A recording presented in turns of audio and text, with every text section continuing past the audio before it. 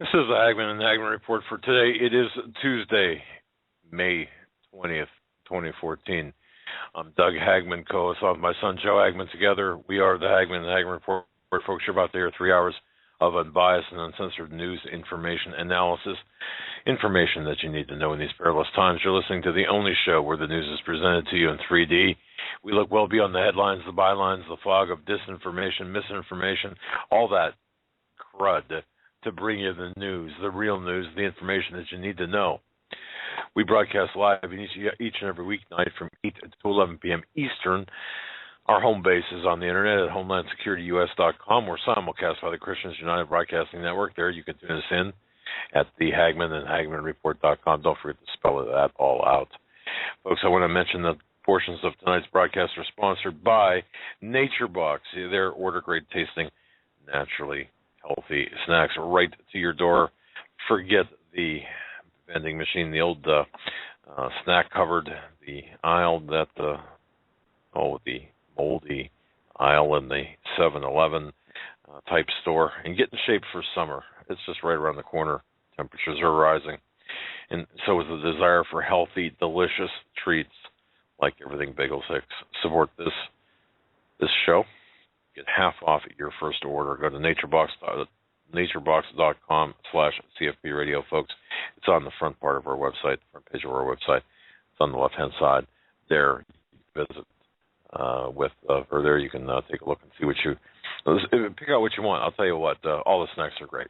But that said, I want to thank everyone for joining us. Thank you for your belief and trust in us as we walk through this minefield together. This is just incredible. Stan is going to be on the second hour, Tuesdays with Stan. If it's a Tuesday, it's a Tuesday with Stan. Joe, welcome to the program. Yeah, glad to be here. We got an interesting night last night. Robert Tosh Plumlee was on, followed by our intelligence insider W. And tonight we have Stan on, and we have a bunch of questions for Stan concerning things that are going on with the Earth. We have a continuation of droughts in the West Coast, and they're saying there's only 90 days of water left for certain towns in Texas and California. We have a issue that has been put out from NASA about a potential El Nino happening this year, reminiscent of the 1997 El Nino, which is something that I'm going to get into to Stan with. And we have a lot of news tonight.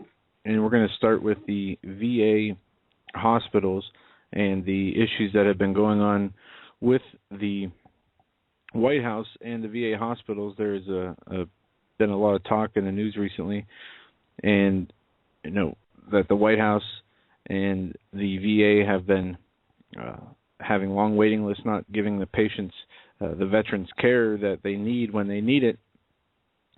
And in a report from RT today, it says, despite initial claims that Obama, president, first heard about the veteran affairs scandals from the media, a new report states the administration was told about the waiting list at the medical facilities more than 5 years ago. And we know that Obama, in his campaign for president in 2007, 2008, talked about this problem in 2005. But I have an audio clip here that I'm going to play.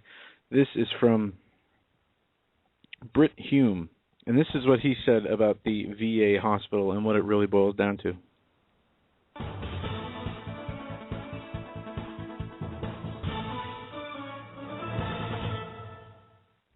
The spreading scandal of delayed care at Veterans Administration hospitals and the unraveling efforts to cover up the problem have resulted in predictable calls for the resignation of VA Secretary Eric Shinseki.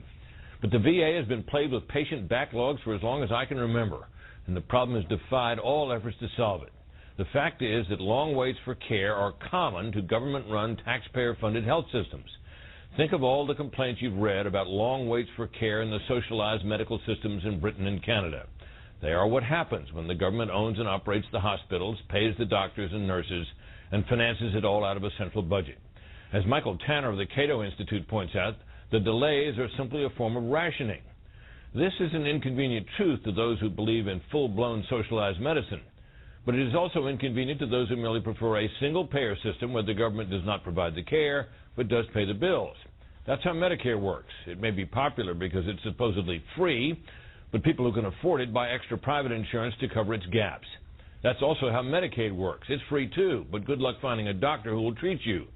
The number of physicians who take Medicaid has been declining for years, and a recent study of 15 major cities found fewer than half their doctors now treat Medicaid patients. Very interesting commentary there by Britt Hume, saying that this is what government run healthcare is, basically going back to what was talked about at the implementation of Obamacare, somewhat kind of death panels.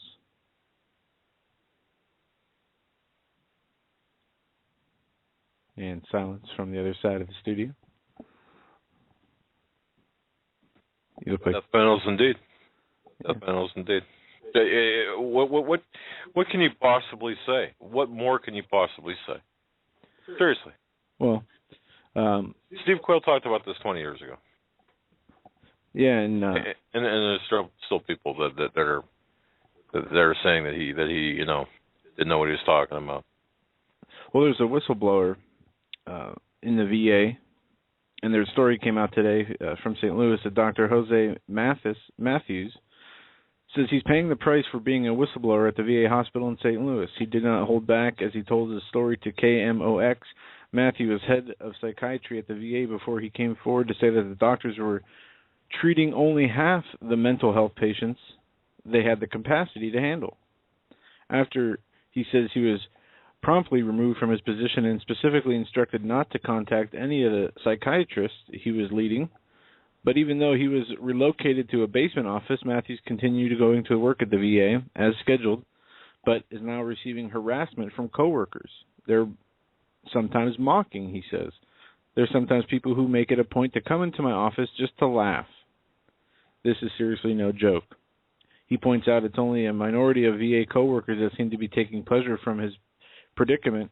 Matthews' allegations had prompted a call for an investigation by Missouri Senators Blunt and McCaskill, and he is going to be on some TV interviews here, this doctor. But doctor is being laughed at and bullied for coming out and talking about the issues and the corruption with the VA scandal here, of the lack of care, the death panels, the selective health care, the rationing of care, whatever you want to call it. And is this not a bigger beta test for how Obamacare will work in all hospitals, whether for veterans or for the public? It seems that this is exactly what they're getting people ready for, especially with that commentary from Britt Hume. They being the media, denied this was what Obamacare would look like while they were getting people to sign on for it, while they were rolling it out. Now that it is here, they act like this is what it always was, and you should have known that, even from the tone of the guy's voice, this Britt Hume's voice in his commentary, basically stating that, well, this is what socialized medicine is, and for you to think of it as any other way is wrong. I mean, you should have looked around and saw what was happening to countries around you who had this socialist Medicare.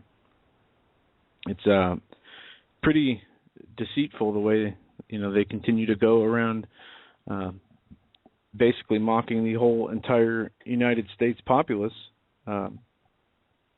calling them conspiracy theorists and racists for pointing out these problems before they're implemented, and then telling the people who don't understand at this point that basically what did you expect?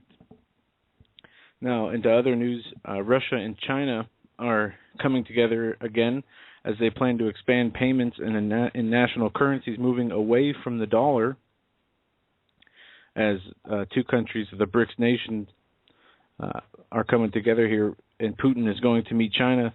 Dollar decline, Russia and China to expand payment in national currencies. China and Russia are planning to increase the volume of direct payments in mutual trade and in their national currencies, according to a joint statement on a new stage of comprehensive partnership and strategic cooperation signed during high-level talks in Shanghai on Tuesday. These sides intended to take new steps to increase the level and expansion of spheres of Russian-Chinese practical cooperation, in particular to establish close cooperation in the financial sphere, including an increase in direct payments to the Russia and Chinese national currencies in trade investment, and loan services, the statement said. The two countries are also set to deepen dialogue on macroeconomic policy issues, as well as boast growth in mutual investment, including transportation, infrastructure, development of mineral deposits, and the construction of budget housing within Russia. President of Russia, Vladimir Putin, arrived in China Tuesday for high-level talks with the President of the People's Republic of China.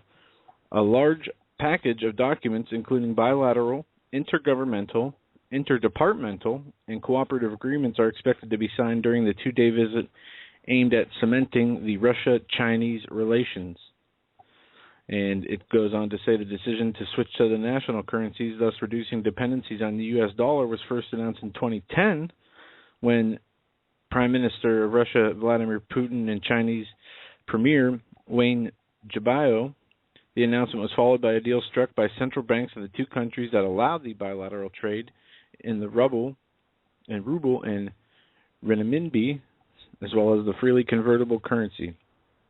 So we have, again, these two superpower nations coming out against the United States dollar, stating their intentions to continue to work further away from the dollar as our currency continues to evaporate and be inflated and becoming more and more worthless.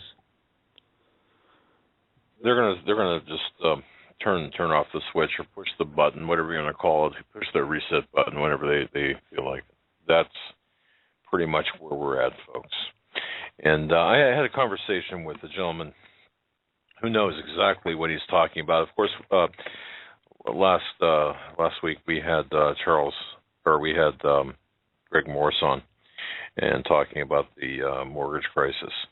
And I just want to touch base with you folks on this a little bit more. You know, the mortgage crisis that we experienced, it's really simple, but it seems complex, but it's pretty simple. This I spoke with a gentleman, and I want to thank you. I'm not going to give this person's name. I don't have his permission, but he's been inside the industry now for 30 years. What we're seeing here with the mortgages, QE, our financial system, this is the largest financial criminal enterprise or crime in the United States, if not the world, currently. All levels of the financial system are involved in this. They're in collusion. And if you think back to, well, you don't even have to think back to 2008, but really, who are the players? The players are everyone. And think of it this way, and this is how it was explained to me. And well, Charles, I'll use your first name. Charles, if I screw this up, this explanation up, then you can call me and take me to task. But the bottom line here, folks, is what we've had is the creation of these investment pools. For example, think about, and this is the mental picture I got, like a swimming pool, and you have these mortgages, these easy to get mortgages. There's no income, no documentation, low interest rate mortgages. They're giving them away. They were giving them away. People would sign on, and you could have no work, no nothing. I mean, it was incredible. And buy a house, nothing, no money down. Well, even before these once these mortgages were created by the banks. See, for example, let's say I'll just use this as an example. One of these people, they go to First National Bank, and they get a loan, a mortgage loan for $100,000, no down payment. The house is worth maybe $100,000. Okay, maybe. At the time, because of the way, because of the no documentation, no job, no whatever, that's a bad loan. Yet the bank says, all right, just sign on the dotted line. First National Bank says that. And everything is on First National Bank paper. But First National Bank's not lending that person the money. No. It's another company, let's say Lehman Brothers or AIG, loaning the money to John Smith, going to First National Bank. So you get a bunch of those types of mortgages and put them all together, and that's a financial instrument. Now think about that. Well, let's say you get $1 billion. No, let's say $10 billion of loans like that. It's a financial instrument. The bank takes a cut, extends credit to John Smith or whatever, and the Lehman Brothers or whatever, they're on the hook for, or they're the ones that made the payments, or guaranteed the loan. They insure the loan. Let's say John Smith's loan is for $100,000. They insure the loan for $1 million, or some exponentially higher amount than that. Let's say on a pool of $1 billion or $10 billion, they insure it for $100 billion. That's even better. Well, that package of loans is sold 3, 4, 5 times to different people. Oh, and by the way, the credit rating agencies, they're in on this too, because even before, without even looking at the package, the pool of loans, they give it, they stamp it a AAA rating. And yes, there are people that go out to the pension fund people. Let's say you are you have a pension, a private pension, and you've got $150,000 in your private pension, and you're promised the world, or at least promised a good return on your pension by investing in these investment pools, not knowing that they're toxic assets, that they're going to go bad. Well, you're going to lose. You're going to lose all your money. I mean, this happened to my mother-in-law. At any rate, these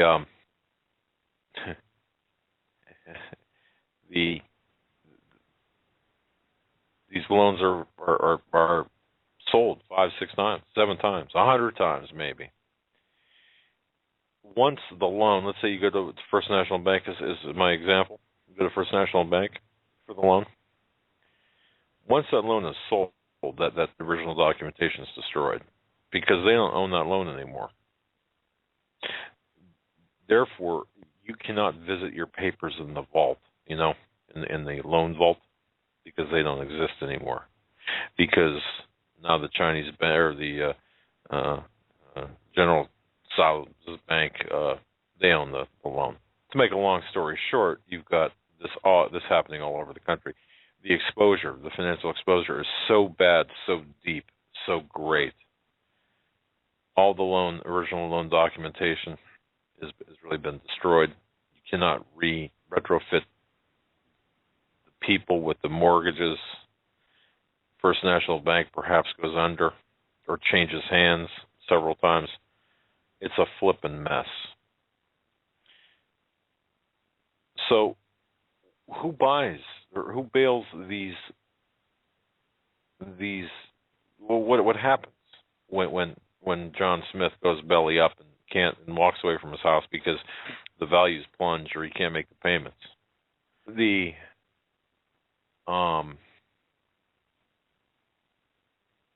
lenders get paid off from their insurance. Let's say let's say I don't know, Lehman or AIG, for example, or J.P. Morgan Chase. Let's say they have a $10 billion worth of money that they extended, extended. Well, they insured the loans for $100 billion. Where'd the $90 billion go? The difference. It's a great question, but even more importantly, who owns the property now? Because a big part of this is what Greg Moores was saying about Fannie Mae and Freddie Mac. The federal government now owns the property through the QE process and through the MERS process. So what we're seeing here. Well, the Federal Reserve's quantitative easing program was, when they print their money, what did they say they were going to do with the money? They were going to buy mortgage-backed derivatives, right? Mortgage-backed securities. But instead of buying out the mortgages or recovering the mortgages, what they're doing is they're bailing out the people who are intentionally creating these bad debt instruments.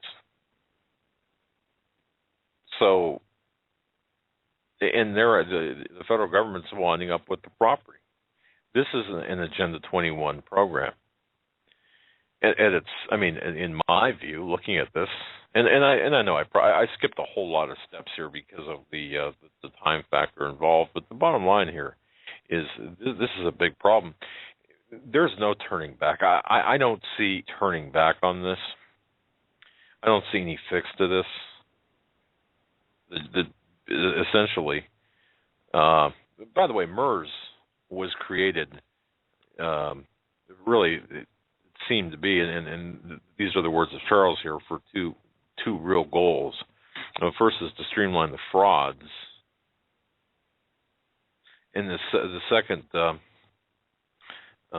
would be to circumvent the recorder of deeds.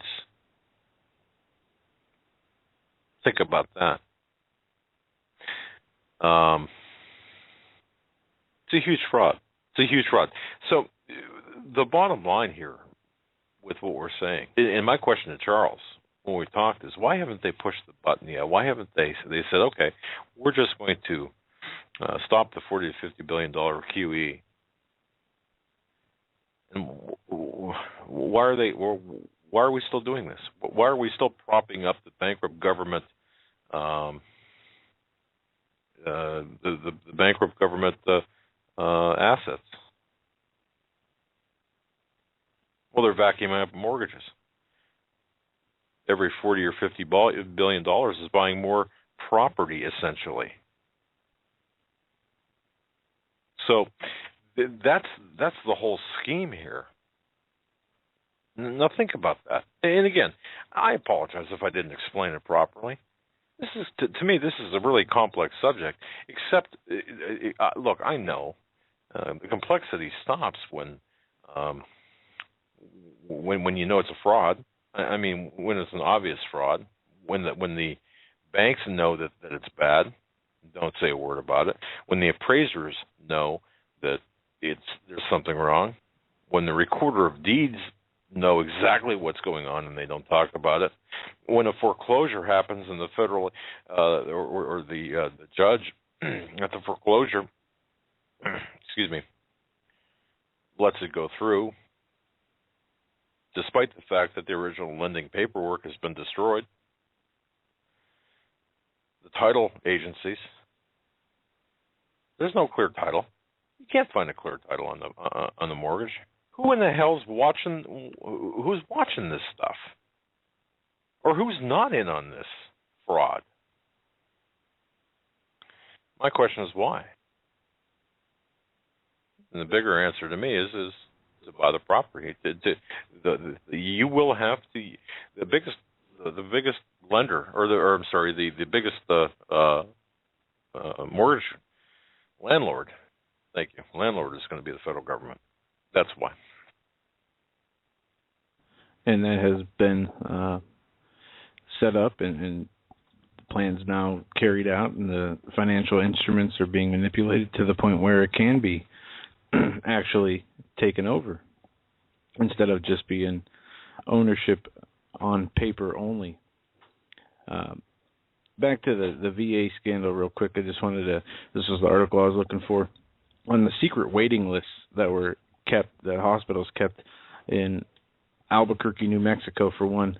The Veteran Affairs Hospital in Albuquerque, New Mexico, was accused Sunday of keeping secret waiting lists to conceal times of veterans seeking medical care. A whistleblower told the Daily Beast of specific examples of excess waiting times for veteran care in Albuquerque.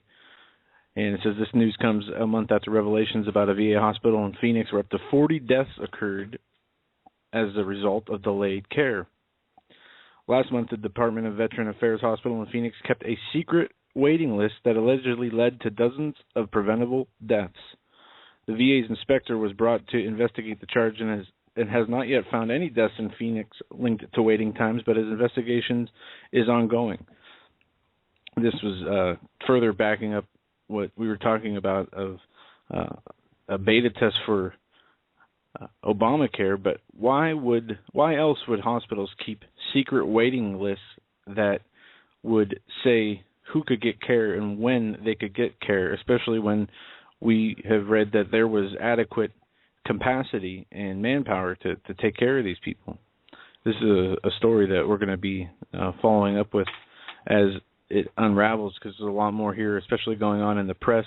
You have the press secretary saying that that it was a resignation, that it wasn't the guy didn't retire, the head of the VA didn't retire, that he resigned in the midst of the controversy, but his retirement was scheduled for almost 6 months, even before this came out. So there's a lot of, obviously, lies and deception going on, and a lot of the media getting involved in this, calling it what they say. Any scandal, any problem that is coming up against the agenda is being called a political tool. It's being mocked, like Benghazi is, like the birth certificate was and is. It's being people are being marginalized who talk about it. People are being labeled, and just to show you the workers, those who joined us late, one whistleblower from St. Louis Hospital who gave an interview to a TV station had his office moved into a basement. He was a doctor, and he has coworkers coming in and heckling him, mocking him over being a whistleblower. No care about the human life that is lost here due to these waiting lists, these secret waiting lists. No care about people's health and survival and making sure they get adequate care, but instead mocking at the people, scoffing at the people who are coming out to tell the truth about it. And this shows and goes to show what the heart of our society is coming to. Just cold evil is what it is.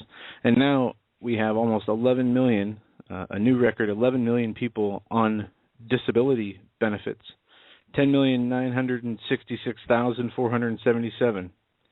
And that's the total number of disability beneficiaries in the United States. And this set a new all-time record, as it does each and every month, as the trend continues to go up. And in this article from the CNS News, it gives charts and it shows how long it's been going up, by how much. And at this rate that we're seeing right now, the chart I'm looking at, from 1967, you had just about 2 million people who were on disability. You just fast forward to the year 2000, you had a little over 6 million. You have almost double that now in the last 10 years, when it took almost 40 years to double from the beginning of this chart, from 1967 when they started this record here.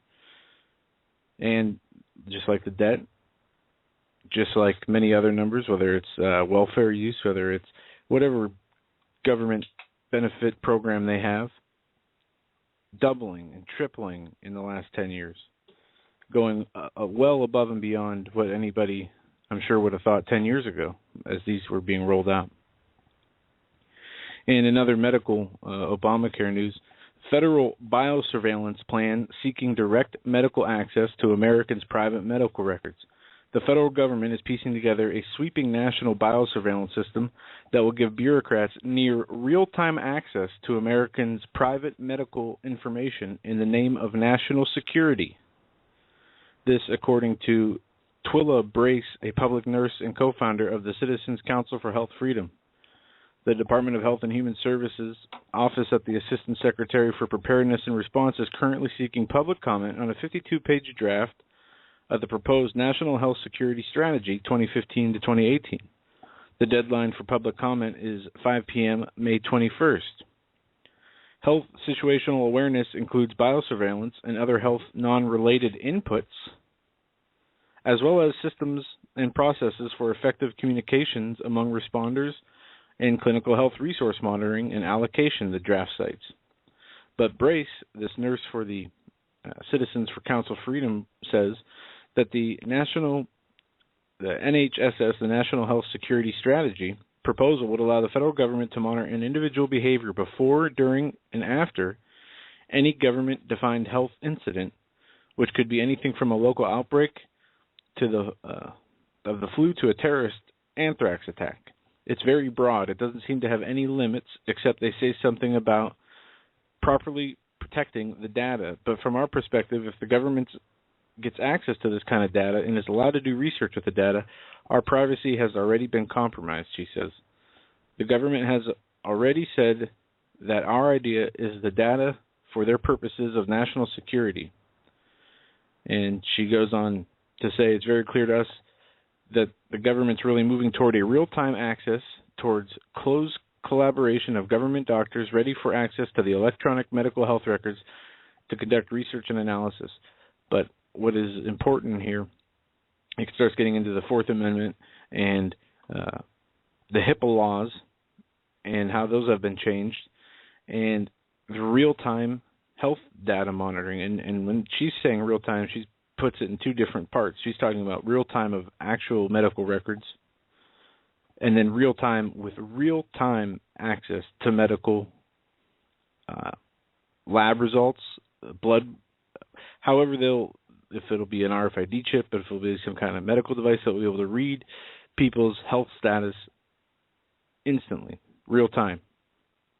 And there's a PDF. I'll post this article in the chat room for those who want to download the 54-page PDF, but it's in this article here. It is the National Health Strategy, Security Strategy 2015 to 2018, and it builds off the NHSS plan that has been in the works since 2006, 2007, even going back to a lot of Bush's executive orders.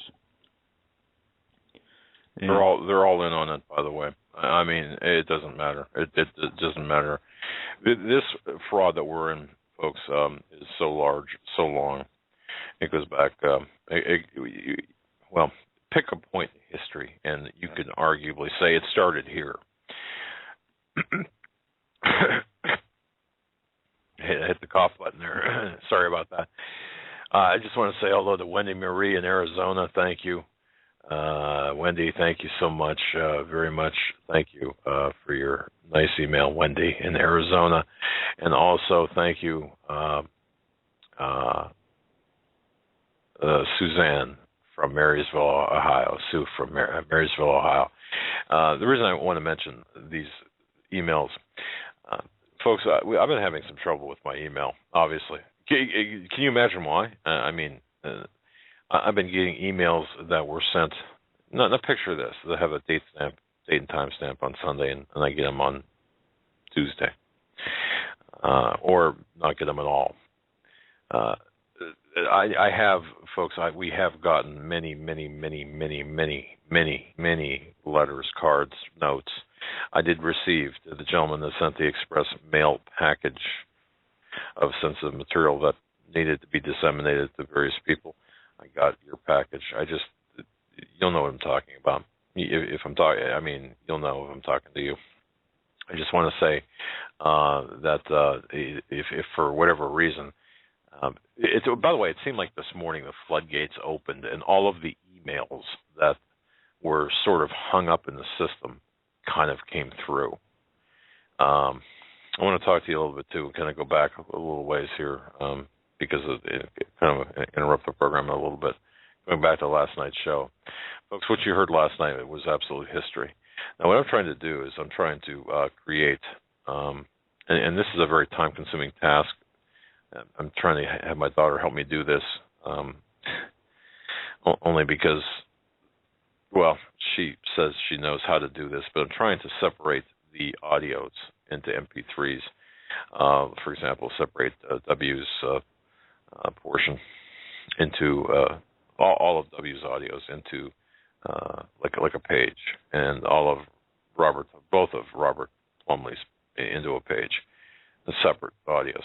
So the reason I'm saying this is we're working on that, and that seems to be, unless I'm missing something very simple here, it seems to be kind of a time-consuming task. We both have Macintosh as well as PC capabilities. So, I don't, again, we're a small crew here, so we do get behind. I just want to tell people that. We've also had some experiences with our telephone lines over the last 48 hours, 72 hours as well, since we've been airing some of the more interesting tidbits about Benghazi. Last night after the program, when I logged into our stats to see how many people listened to the show live during the broadcast, it came up with 0. Yeah. So we were talking to ourselves, according to the stats. Well, it does that sometimes. It'll reset itself, but the numbers are always messed with or not accurate,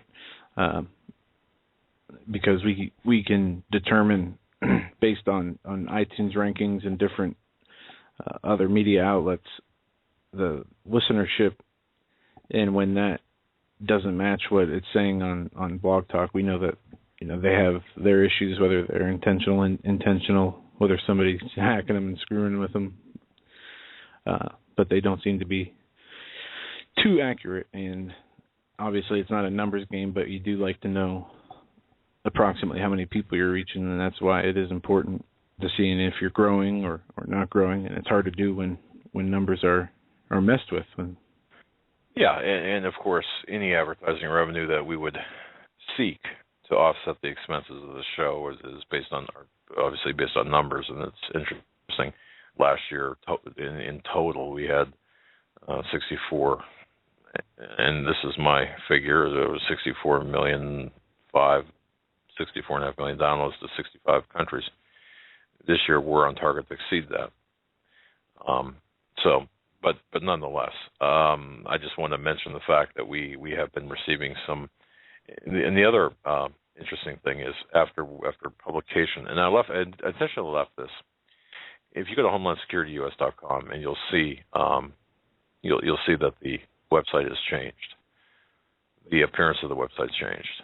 We're working on that. We're also working on a couple of widgets that will widgets meaning the little programs in the area to the right, where you can call up certain audio, you can call up certain subjects in a heartbeat. The platform we use has those, but again, it's getting the time to do all of this, converse, talk to people. It's just we're a small operation. But I did want to bring your attention to the investigative findings of Benghazi video linked to the CIA. That article has been receiving a whole lot of attention. And it's also been the brunt of censorship. I will say that. The one thing I wanted to mention, too, about this article, and it seems like I'm scattered all over the place here, but these are notes that I've written that I need to get out so people understand where we're going here. You'll hear, ladies and gentlemen, talk about the kidnapping plot of the blind sheik. Okay? Remember that? Okay, that is the, how can I put this? That is not exactly true. That has nothing. You'll notice that the video, in my video, or in this particular report I have up currently, which has been up since Sunday, I have not moved it. That's intentional. I have not added or done anything more to the site. I just left it up there. But the blind sheik-ish aspect of things, this was not a kidnapping attempt at Stevens. You'll hear this originated from a source from within Glenn Beck's crew, an intelligence analyst, a CIA intelligence analyst from Glenn Beck. Now, that's still active, by the way. Let me ask you a question. How can an active intelligence analyst for the CIA, who's under strict orders, what he or she can and cannot talk about, freely talk about the kidnapping plot against the blind sheik? Now there was talk about the Cairo, what was going on in Cairo, as being a tit for tat type of operation to expatriate the blind sheik. I'll say that. That's open source. But do not believe for one moment that what happened in Benghazi had anything to do with the blind sheik. Within the next 24 hours, I will be having another investigative report that's going to be at about the same length of this, about a totally different topic, about Barack Hussein Obama, his origins. The individual I spoke to in Florida, when we were down there for the Prophecy Conference, I will have information from this individual as well. The information's already in other hands. I've been promising this for a while, but I just wanted to mention that as well. The other thing too, while I'm kind of going all over the place, but again, these are all things that we have not been able to get to here in a while. And I want to thank this gentleman, I believe it's a gentleman who sent this about our collapsing currency. Snopes has this claim, there's this claim that the U.S. dollar is going to officially collapse on July 1st of this year due to the implementation of H.R. 2847. Have you heard about this, ladies and gentlemen? Have you heard anything about this? No. Okay. Well, this item is about the passage of H.R. 2847 causing the U.S. dollar to collapse as of July 1. Is this the IRS, the global IRS? This is this stems from the Stansberry and Associates. You know those videos where you can't. Yes, I know exactly what you're talking about. Okay, all right. Well, Stansberry and Associates presented this pretty lengthy scenario about how we here in the U.S. are soon to experience a near complete shutdown of the American economy. Yeah, they did this in 2012, I believe. 2011 or 2012, they put out a big video saying almost the same thing. No, I'm not taking to task or no, I'm not upset no. with Stansberry. I mean, I'm just saying that this is where it's coming from, okay? Well, it's interesting because Snopes, which is a husband and wife Soros-backed team that says what George Soros and company want them to say about so-called conspiracy theories. It's my personal opinion, based on what I've seen, what I've researched. They're saying, well, it's not really true, okay. But the fact of the matter is, okay, H.R. 2847, also known as Hiring Incentives to Restore the Employment Act, or the Hire Act. Have you heard about that? It's a congressional bill that was passed into law back in March of 2010. So we're going back 4 years. That sought to provide payroll tax breaks and incentives for business to hire unemployed workers. Now, part of that bill, which is the Foreign Account Tax Compliance Act, now this might sound familiar, FACTA, sought to eliminate the non-compliance of U.S. taxpayers who hold foreign accounts by requiring those taxpayers, including every U.S. citizen living outside the United States, to report certain foreign accounts and offshore assets to the government, and by requiring foreign banks, financial institutions, guys with money bags and safes in their Cayman Island homes or whatever, to report them about the ownership of overseas assets held by U.S. taxpayers.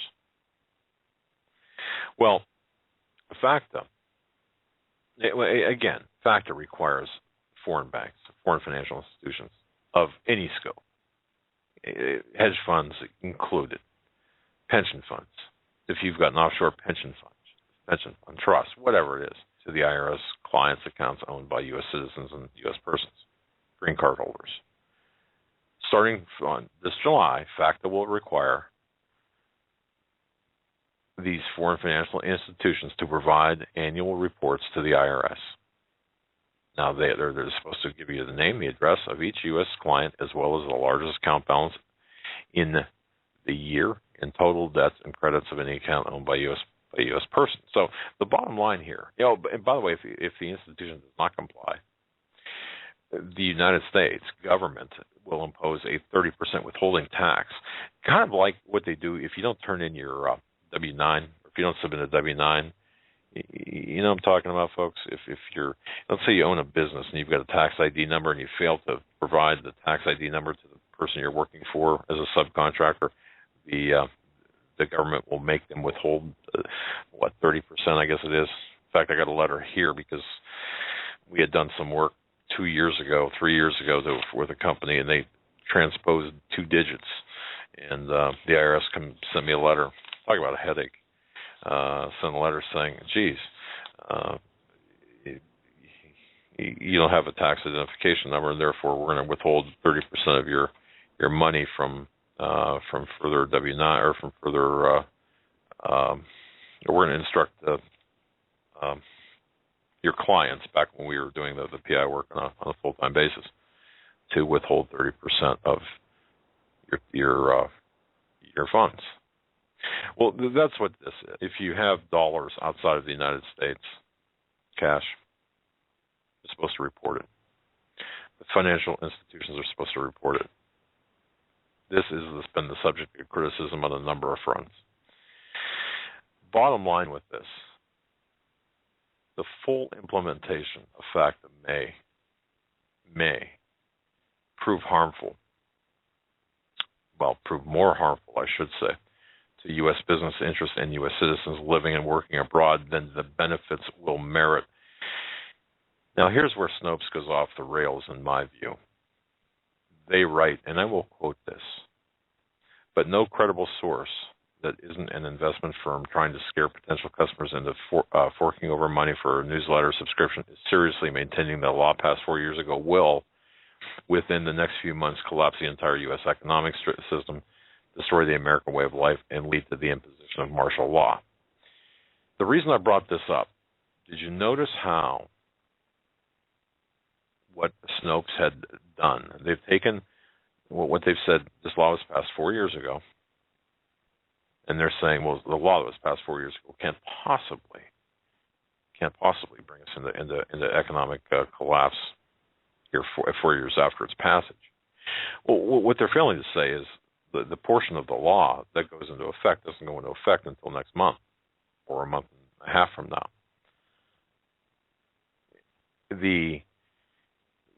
And also, they don't argue the merits of FACTA itself. For example, they're attacking instinct the messenger, which is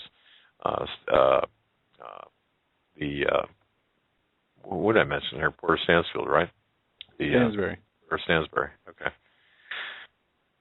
Who's Porter Stansfield? I have no idea. Okay, anyway. But the bottom line here is there will be a change beginning on July 1st with respect to foreign investments. What the U.S. government is attempting to do is keep track of all the money, centralize all the money, coordinate the record keeping, and also keep all the money in the United States, so to speak, I suppose. So yes, this is coming up on the 1st of July, this FACTA, this foreign financial institution regulation reporting requirement. Will it have a bad effect on America, on Americans, on American business? I believe it will, for a lot of reasons. And I believe that, but I believe that this is not going to, in and of itself, is not going to bring down the American economy. That's going to be brought down with the push of a button by the globalists on their timetable. I just wanted to bring this up because I've been getting quite a few emails about this. And also, Joe, did we talk about this as well, about the American Spring, about what's going on? Did we talk fully about this? No. Okay. You know, folks, what they're doing is first of all, there's a blackout on the American Spring. Yeah, I've seen that. I've noticed that. Aside from you haven't seen it. Last Friday, I've noticed the blackout, the lack of stories. What is taking place, and I'm considering before Montana going down to D.C., what is taking place is they're taking people, they're cordoning them off. Tosh talked about this last night. They're cordoning them off, and they're separating them into groups. So they're infiltrating them. We talked off air about it, but not on air. You and me. We didn't talk about this on air? We talked. Mr. Plumlee did talk about it on air briefly. Okay. But we talked about off air. We didn't really get into on air together. All right. The bottom line here, folks, is what the government is doing is creating these free speech zones, or have created these unconstitutional free speech zones for the purposes of neutering the movement. They're also infiltrating the movement, attempting to get people to march on Washington with guns. They're also attempting to get people to become more violent, and they want to show that we, the patriots, are unreasonable, and of course that we are dangerous. And this will serve as a platform to, number one, further curtail free speech, and number two, take our guns away. Simple as that. Beyond that, I mean, there are thousands. The last count I heard, there were thousands. I'm not saying hundreds of thousands or tens of thousands. I'm saying thousands of people that turned out initially on the 16th of May, I believe it was, originally. Now that number, I believe, has dwindled. Of course, when you separate the people, when you disallow them from organizing in one large group, and you start separating the people, can you get a good count of people? Can you really understand or see what the what's going on? I don't think so. So I wanted to mention that because I've received a lot of emails on that, and that's I think I covered pretty much everything else. And there are a couple of thank yous too that I will be sending out by email tonight before I retire tonight. Just to let you know. Last story, I guess, before we bring Stan on. This is a terrible story. International outrage grows over a Sudanese woman sentenced to death for apostasy. International outrage is mounting over the death sentence of a Sudanese judge ordered for the pregnant wife of an American citizen, all because she refuses to renounce her Christian faith. Miriam Ibrahim, 26, was sentenced Thursday after being convicted of apostasy. The court of Khartoum ruled that Miriam must give birth and nurse her baby before being executed, but must receive 100 lashes immediately after having her baby for adultery, for having relations with her Christian husband. Miriam, a physician and the daughter of a Christian mother and a Muslim father who abandoned the family as a child, could have spared herself death by hanging simply by renouncing her faith. We gave you 3 days to recant, but you insisted on not returning to Islam, Judge Abbas told her. I sentence you to be hanged to death. It's coming to America. It's coming to America. You're going to see this one world religion. Of course, it doesn't involve Christianity. If you don't renounce Christianity, and you're just going to get your head chopped off, you're going to get hung. That sounds like an overstatement. It's not. And as John Kerry's running around worrying about climate change, this woman will be executed for her faith. A woman who was never a Muslim and is being going to be given this sentence under the Sudanese government. This goes on to say, the State Department and U.S. lawmaker says the refusal of the government of Sudan to allow religious freedom was one of the reasons for Sudan's long civil war. That from Chris Smith, a Republican out of New Jersey.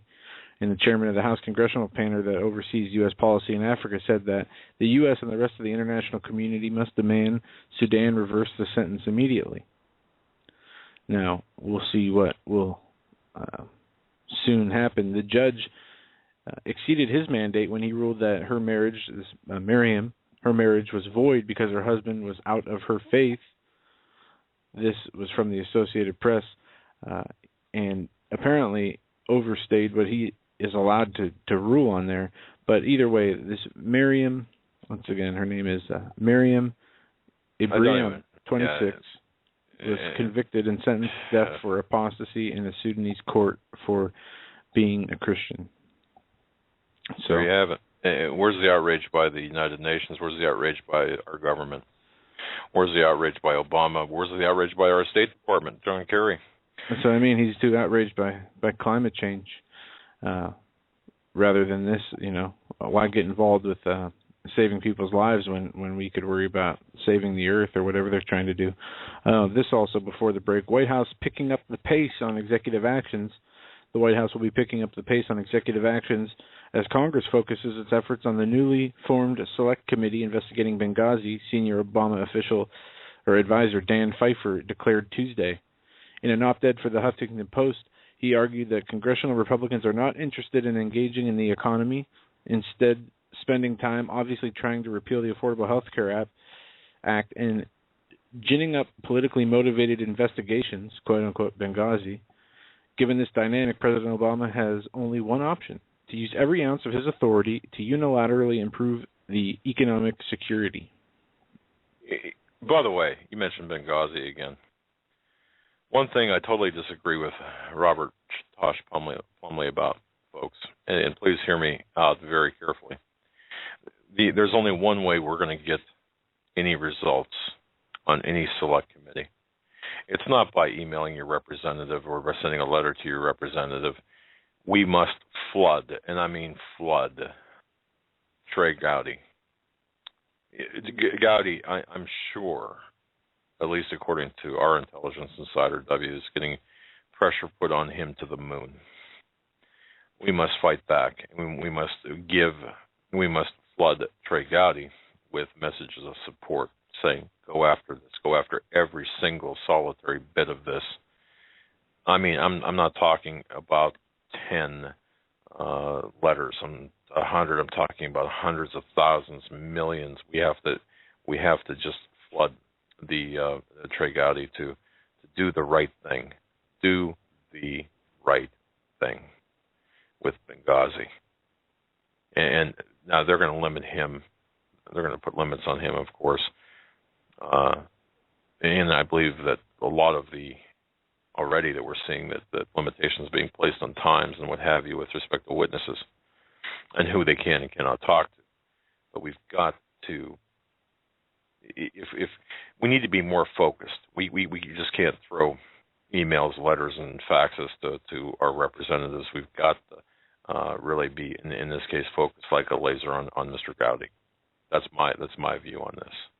Now, that's really not a disagreement with Tosh, I suppose, as much as it is a tactic. So just want to say that. With that, we'll go to the break. We'll be right back with... For you. Hey, Stan, it still says it's playing. I don't know if people can hear it out there or not, but we're still sounds like the King's new clothes. Yeah. All right, it looks like it's coming to an end here.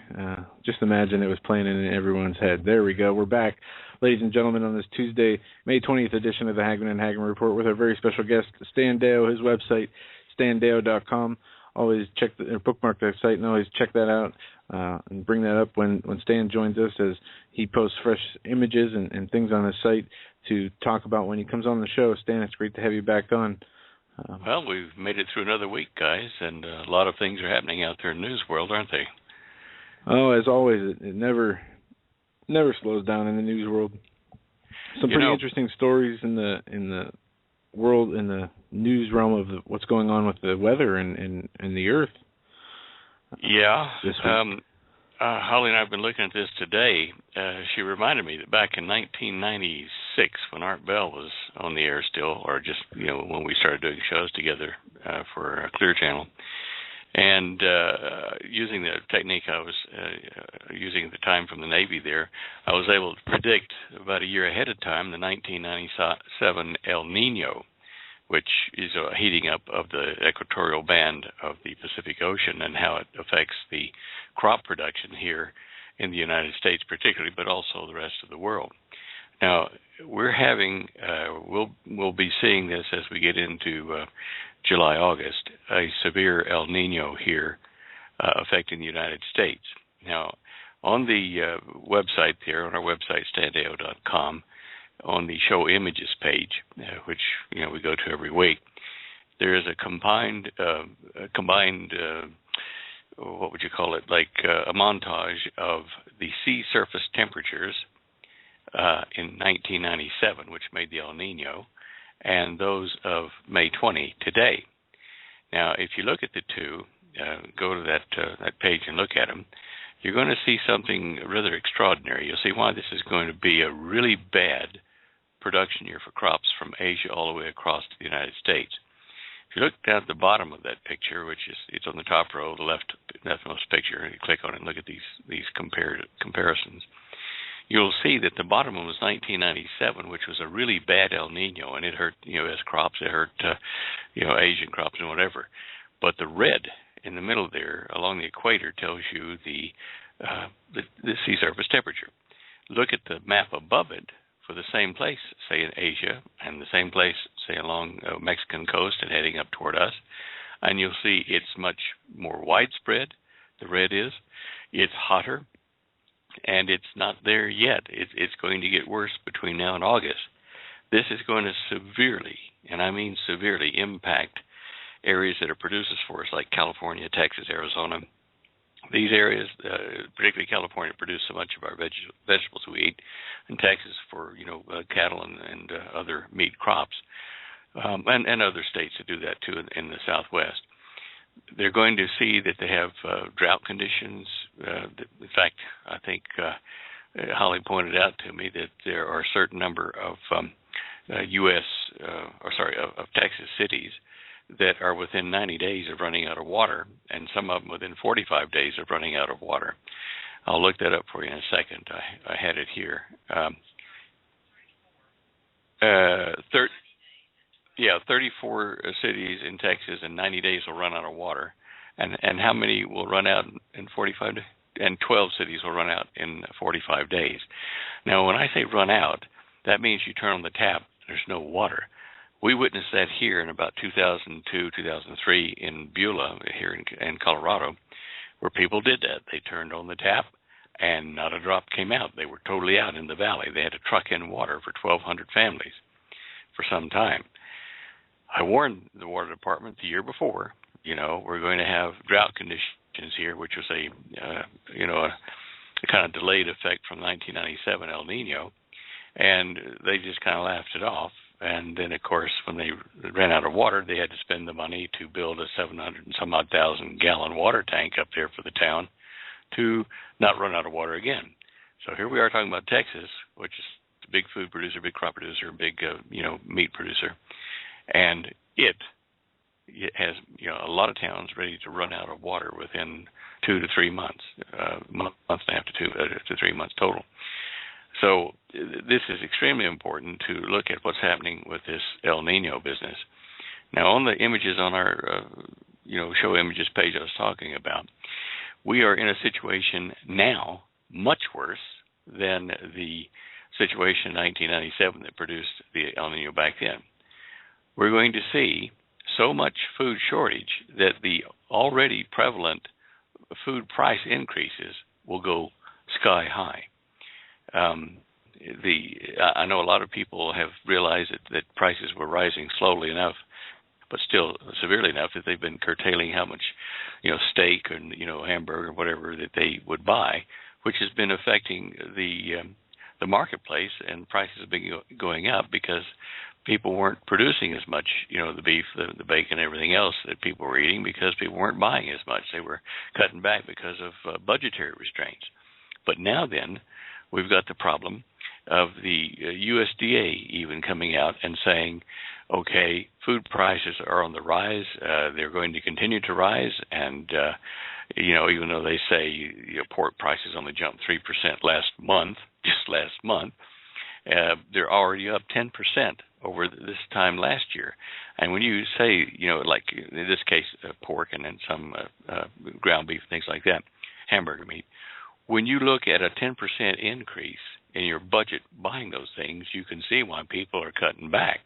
But the other pressure that's coming to bear now on food prices is going to be, or is, the El Nino affecting, crops and thereby also affecting herds of cattle and pork and everything else, chickens that we eat. All these prices are going up. It's going to cost farmers in California, this drought, which is hitting now, and it will continue with the El Nino into next year.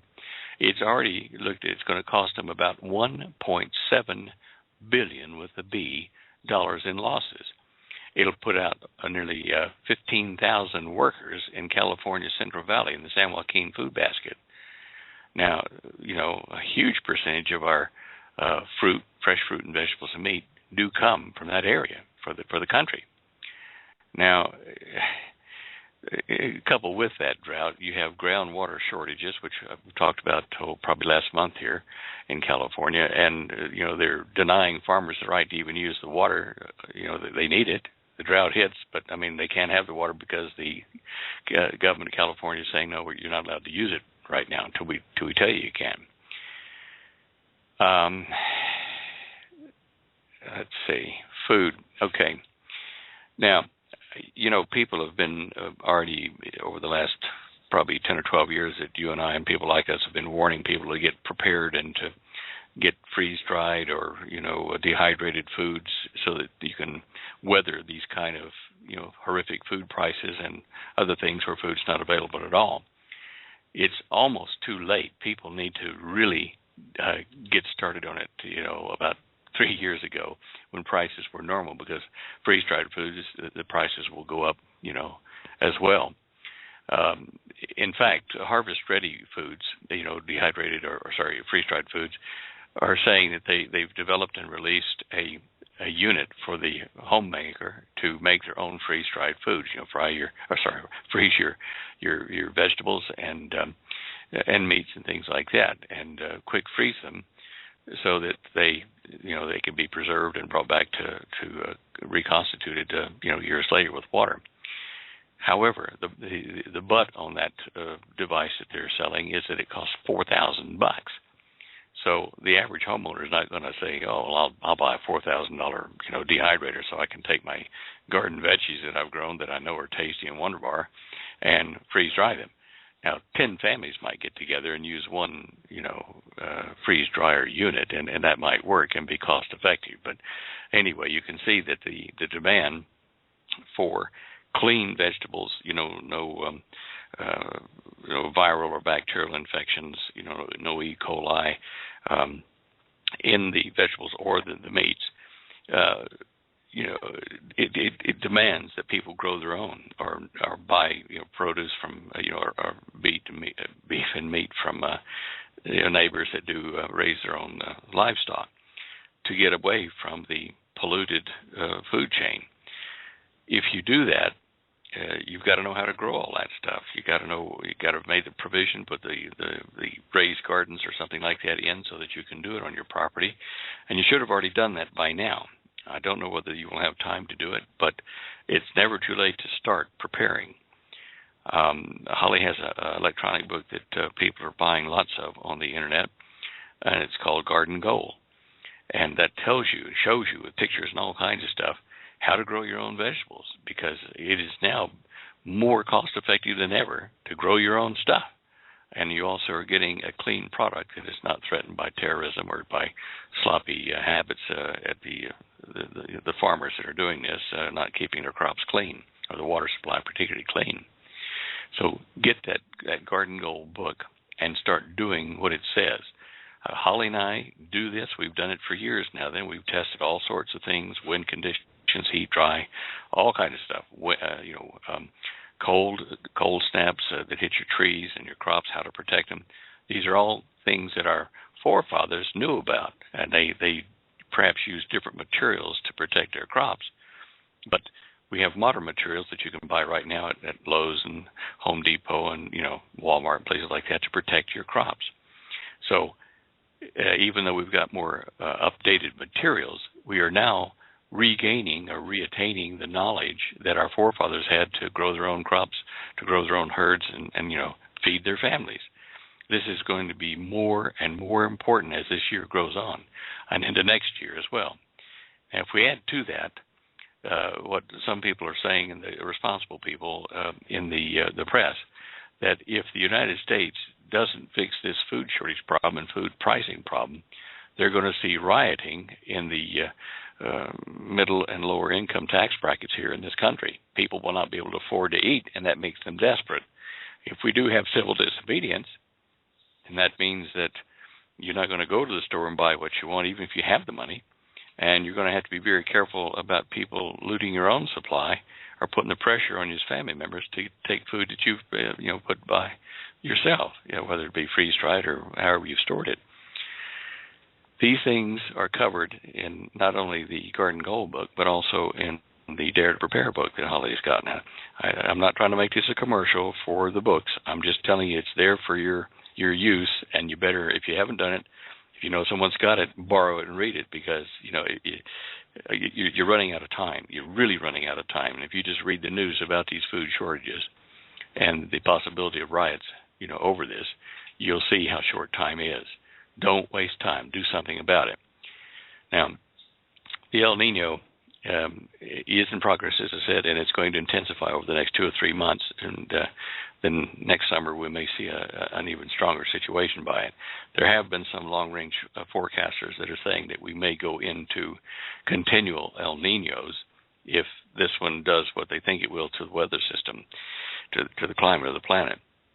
I personally think that that's being a little bit harsh, that we may have a lot more El Ninos than one every, 6 or 7 years. But, you don't know. So you've got to prepare and be ready just in case. Watch the news. Watch the Fox, and get onto the internet and look at current news about food prices. And when I was quoting to you a while ago from the USDA, that's a government site, which is very conservative, warning you that we've got troubles. I don't know if the U.S. dollar is devalued, whether or not it will help our home industries or not, because with the drought, even if we can devalue and sell our crops for a profit and compete with Mexico and China, whoever else that we compete with, if there's no rainfall, and you got the hot, dry conditions, it's not going to help you much. So the bottom line is, people are going to get hungrier and hungrier, and when they do, they're going to be coming for people that have got food in any form, and to survive, they'll knock you over the head for it, or worse. Be prepared and be cautious about it. Don't make a lot of noise. Yeah. I saw something here in the news today. There's so many news items. Where to start here? With Israel, the Obama government is, the Senate, the Democratic-controlled Senate, decided to pull out part of a bill they're trying to push through to let Obama make behind-the-scenes deals with Iran and its nuclear development policy. And they pulled it out of this bill as part of a bigger bill, so because they were afraid the Republicans were going to protest and say, okay, if you do that, we want oversight. We want to know what Obama says to Iran, because it affects Israel and Israel's security, and hence the United States security as well. So the Dems, realizing that they're facing an uphill battle at the moment, decided to jerk that part of the bill out. But it tells you that the Democratic Party here is trying its best to sink Israel, to step away from helping Israel. And I think that's a mistake, really, really, really. Now, anyway, that just tells you what the Democrats are doing as far as that. And, of course, Obama's been going after another 500,000 acres in New Mexico, in the south central part of New Mexico, in the Oregon Mountains and the Desert Peaks National Monument. And he's going after it, I'm sure, because it'll be protected land and income that they can divert back to the government somehow. But they're just taking more and more property in the land grab, and you can be sure it's part of Agenda 21, what they're doing. Yeah. I saw that there's a few places that they're, the one 600,000 or 500,000 square foot land grab, they're talking about it being, a sanctuary for allowing illegal immigrants to come in and out. It's 500,000 acres, yeah. Yeah, and it's giving it over to the control of the Bureau of Land Management, organization we keep hearing more and more about as the days go on, from the Bundy Ranch to now, as they confiscate more land or deem it to be federal land. And Agenda 21 is exactly what it is. I'm even looking at home defense now. Then, if you've got weapons and stuff here, the federal Supreme Court ruling on one little case here recently made it so that the officials, whether they be police or, feds or whatever, they don't have to have a warrant to come into your place now. Then they just have to have a reason to think that it's for your own good that they need to come in their opinion, the team on the ground. And they can just bust right into your house, confiscate weapons, food, whatever they want, without a warrant. And this is really scary that it's now, in print and stamped into law. Crazy stuff. Crazy. No, it is crazy, and I don't know if this is. I see the story on your website here. I don't know if this is the same story as I read last week. There was a person who was seeing a psychiatrist who made some. This is the one where she made a reference. Oh, I guess I'll just go home and blow my brains out. Yeah, that's what I was referring to. Yeah. And then the doctor called the police, and all of a sudden the police came into her house, no warrant, and they said that she had a holster also while she was at the doctor's office with no gun in it. But this is one of the reasons why the psychiatrist called the police, and they said that she thinks she's a danger to herself. The police went into the house without any search warrant and confiscated her gun and mentally forced her to go into a mental institution for an evaluation. And from this case they ruled that it was not unconstitutional. Yeah. What they did. Yeah. And that's bad. That's bad. That's very scary. But it's par for the course is what we see going on today in the world of law enforcement. She did have a permit, a concealed carry permit. She had a weapon, and she also had a little hand BB gun, pistol, BB gun. And, they want to take all that. In fact, they did take all that stuff for her own safety. You understand? She might hurt herself with a BB gun. Yeah. Oh, dear. It goes worse and worse every flaming day. Yes, it does. If we can go back to the El Nino, I remember the last time that we had El Nino. I remember being in, on Saturday Night Live clips, and I don't specifically remember what is exactly how will it affect our weather and our climate. In certain places in the United States, I think like Colorado will actually get wetter in certain parts of Colorado, but California and part of our Midwest, corn and wheat belts and things like that will be affected with more drought. And we're going to see widespread drought. Texas, Kansas, California, obviously, probably southern parts of Oregon.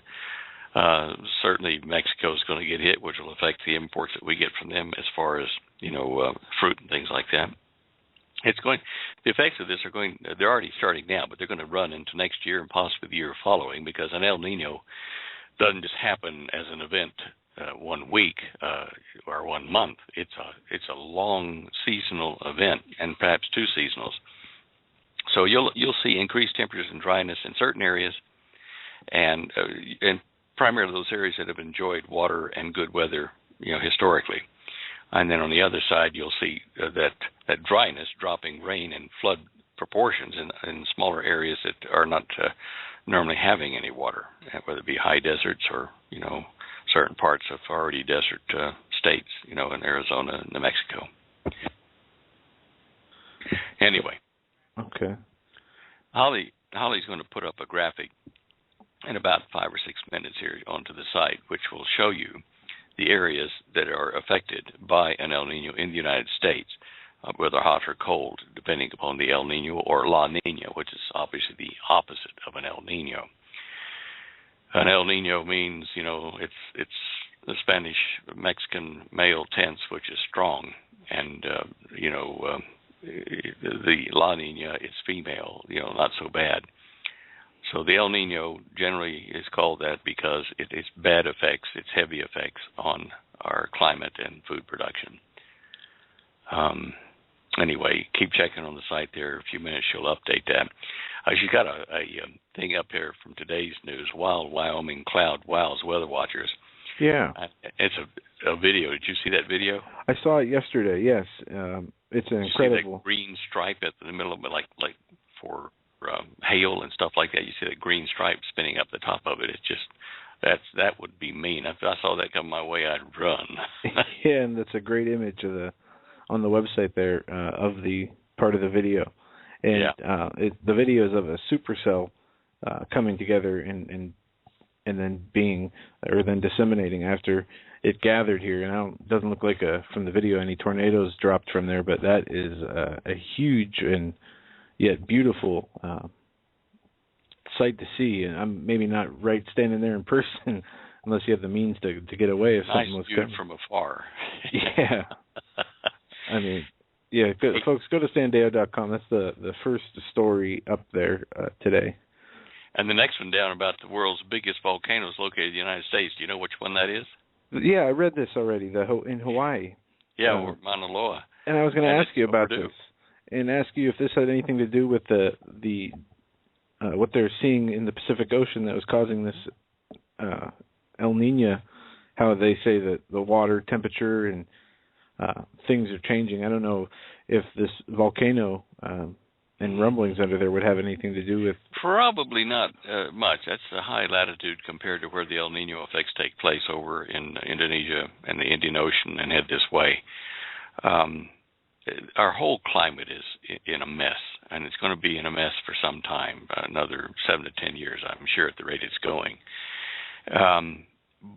But if Mauna Loa does erupt, it will throw ash. I mean, if it does a huge eruption, it is a tall volcano, being 1,000 feet taller than Mount Everest, so it will throw stuff into the upper atmosphere, and the prevailing winds will blow it over our way.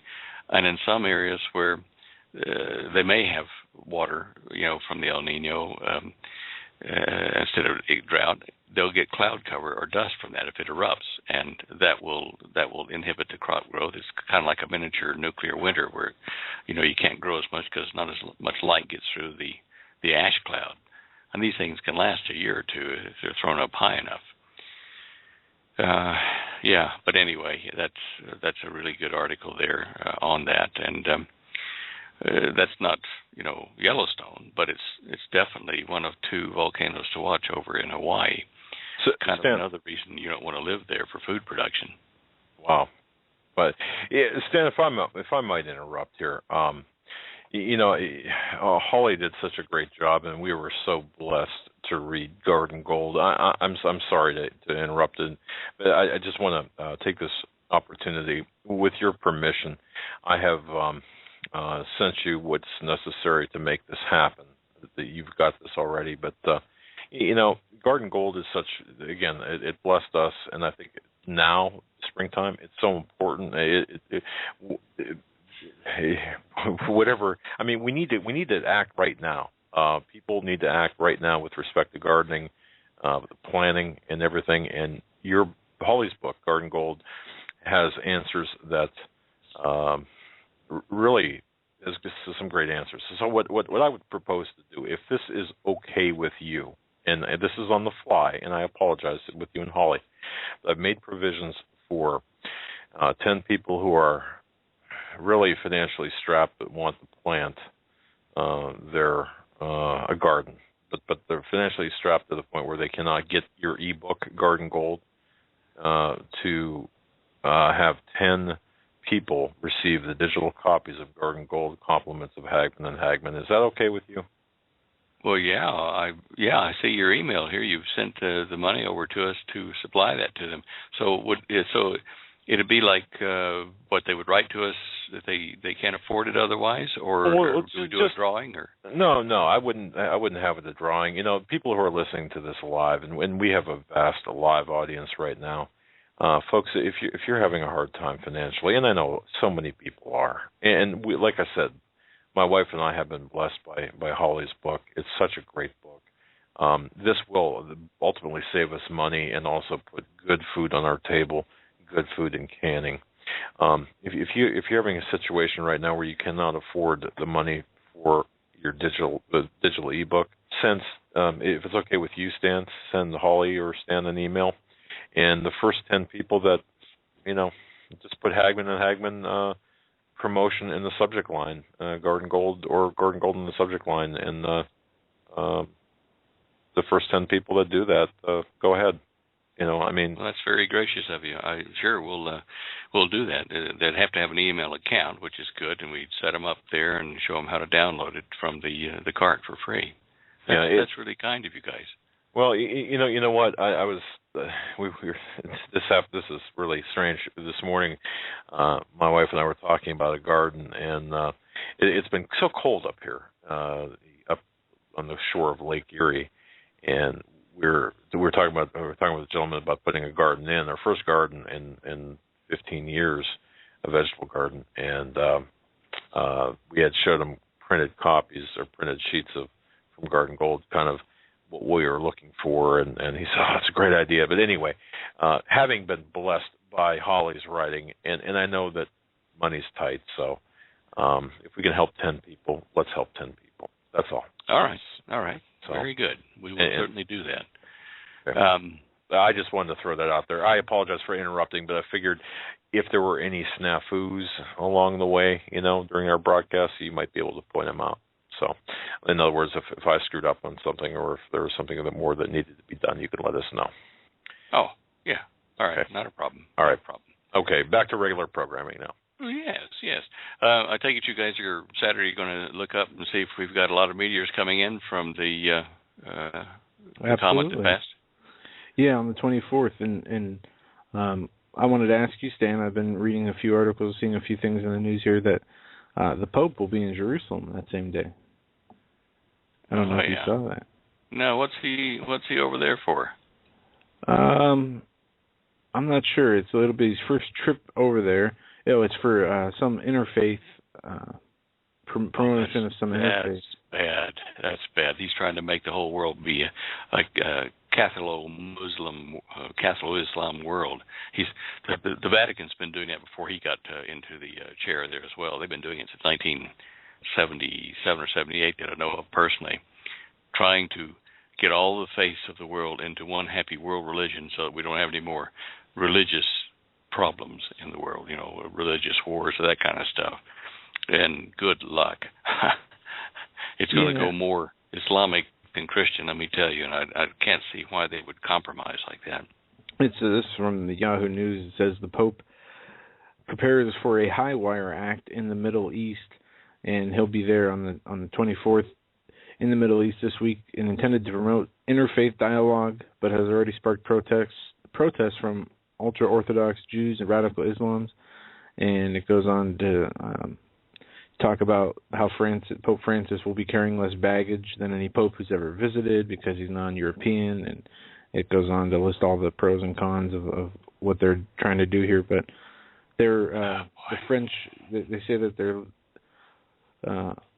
wants to lead the Vatican Council for Interreligious Dialogue, and Francis said emphasize a dialogue of friendship with other religions, and they title this as his tight wire or high wire but balancing act, pretty much, as he goes over there, basically saying they're not trying to offend anybody, but to reach out and through interfaith promote a dialogue of friendship. Yeah. Well, this is probably the last pope and the one that will lead the sheep astray, according to that ancient prophecy about the popes, the 65 popes forward to now. And it was even in the Fatima disclosure to the three children. The third secret of Fatima was that the last pope would lead the sheep astray and lead them away from the faith. he would be a bad pope. I'm afraid we're seeing this guy who was a Jesuit priest as well. Lordy, lordy. You know, I'm getting a lecture ready for Colorado Springs in July, late July, the prophecy conference there. You know, with Gary Stearman and all the other guys, you know, Len Marzulli, there's all kinds of folks that you would know that you had on your show. And in part of the research for that, I saw a news article here that caught my attention today about that huge dinosaur that they found in 2011. They just now made available to, you know, the information to the public down in Argentina. And this dinosaur is apparently the biggest one that they've ever uncovered. Well, one of the two, they found two skeletons. And there's one that was only 80 tons, 160,000 pound beast. But there were two found next to each other. Just the picture on your site where the guy's laying next to the femur bone? Yeah, that's the thigh bone of that guy, the thigh bone of the dinosaur. I mean, that is absolutely huge. And the interesting thing is that I read about it, and I thought, well, okay, that new thing is, you know, part of the history of all of our dinosaurs on the planet. I wonder what the next biggest one was, or, you know, how big the biggest was before this, in other words. And I started thumbing through the internet, and I ran across a couple of discussions saying, well, that's impossible for those dinosaurs to be that big and walk on the land. They'd break their bones, and they couldn't raise their neck up to get food off of tall trees because they're just so heavy. Between 20 tons and 80 tons, that their physiology just wouldn't take it. They'd break bones. They couldn't dance around. The only way they could do is live in water, and they don't show signs of having fins. So I thought, well, now, gee, why? How could something that heavy, you know, walk the earth, and how could those pterodactyls, I think did I say that right, Holly? Pterodactyl, that flying pterodactyl. Pterodactyl, yeah, pterodactyl. You know, how could a 20 to 30 foot wingspan with, you know, leather for wings? How could something that big and heavy fly? You know, even now they just couldn't be airborne, and I found arguments that said that's true. So what would make it possible for those flying dinosaurs and for the big dinosaurs to be able to function? And one of the articles said, well, if gravity were less, you know, if they didn't weigh as much. And I thought, whoa, I've been working on a paper for the last 2 years about gravity and how it has increased over a period of time, and it was much weaker when the Earth was smaller in diameter. So I did some figures and, you know, plugged in some equations and whatever to see what would happen if we take the evidence we have now that showed all the continents used to fit together when the Earth was a smaller diameter. And I'm not talking about after that a bunch of meteors and dirt and rocks built up the Earth, because it didn't. There's no sign of that. It's the Earth expanded and split Pangea land, that one landmass, into the continents we have today and the islands. What would happen if we shrunk it down? And James Maxlow and W.G. Owen and Neil Adams, all of them have been looking at ways to reduce the Earth graphically and figure out how the continents of the planet fit together. And the most conservative estimate shows the Earth was 20% smaller than it is now. The extreme is that the Earth was 52%, nearly half what its diameter is now. So I ran the equations through to see what would happen to the spin of the Earth, the length of the year, and all that kind of junk, if this was indeed what happened, that the Earth was smaller, its gravity was less, you know, than it is now. So at 52% of our current diameter, we would have a year that was 692 days long, a 12-hour day, 6 night, 6 day. What would happen if we were at the most conservative estimate of 80%? We would have a year that's 450 days long, a 19-hour day. And that might explain why some of the ancient biblical patriarchs lived so long, because, you know, maybe the earth itself was moving around the sun faster, It's very interesting.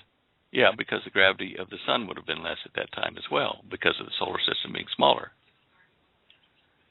Okay, we have 6 garden goal entries already to Holly.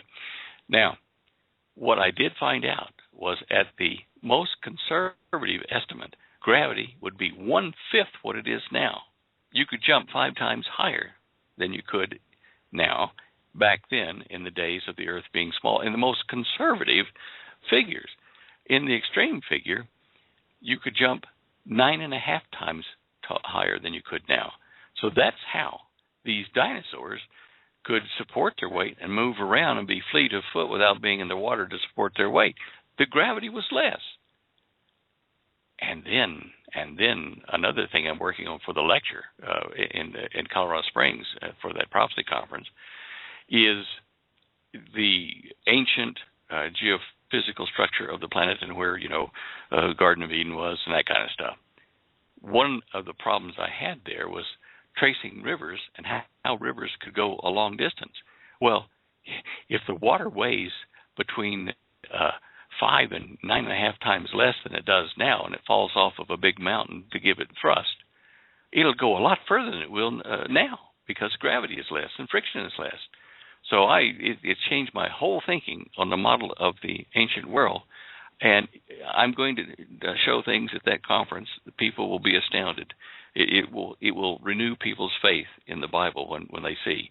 Now, I've located the Garden of Eden, and there's no question about it. And I can tell you it's about 1,000 square miles in the center of it. And it's there. You can see it. In ancient Hebrew, it tells you something that you don't see in the English version. And when I show you, I'll have to show you. It involves maps and this and that and 3D views. But by golly, it's interesting. All that links in with this dinosaur story. Isn't it amazing how things work together like that? Yeah. And a lot of people are talking about in the chat room, with that explain for different things like the 6,000 years or, how the days and, being shorter or longer. It's interesting to think of all the different possibilities. And one person wrote in there, well, isn't saying in the Bible that hell is expanding?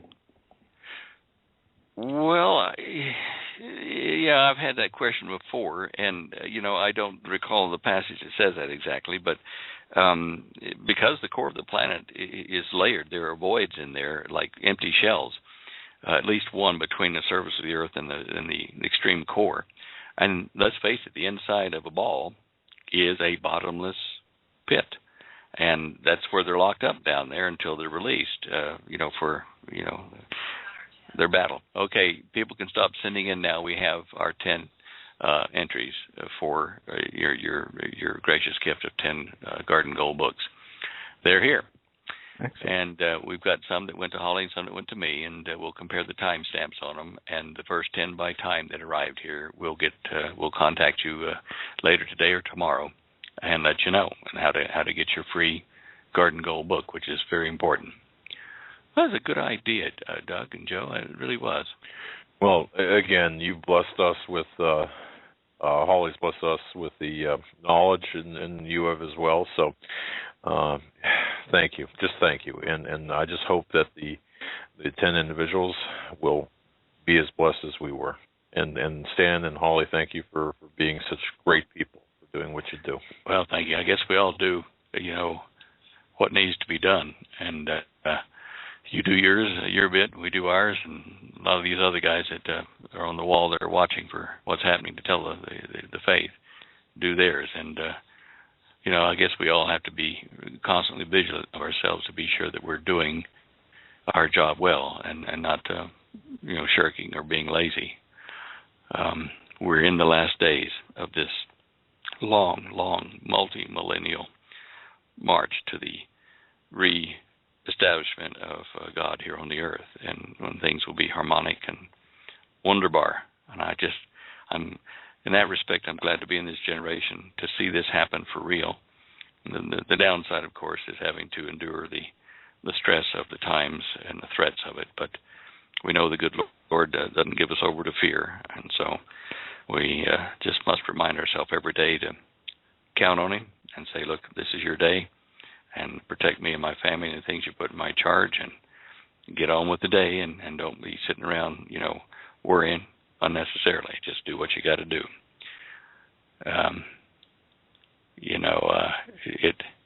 I won't go into the details of it, but in the last month, Holly and I have had surprise events happen to us that the good Lord, knew we had a problem in a certain area, and bang, to do with health, to do with finance, all these things.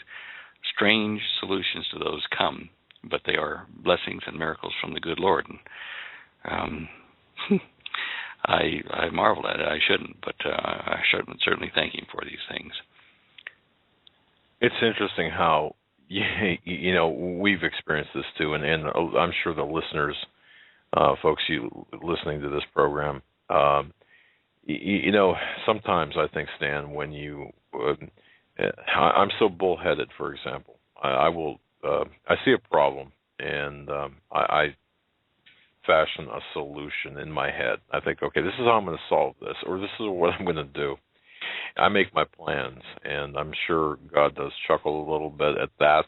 And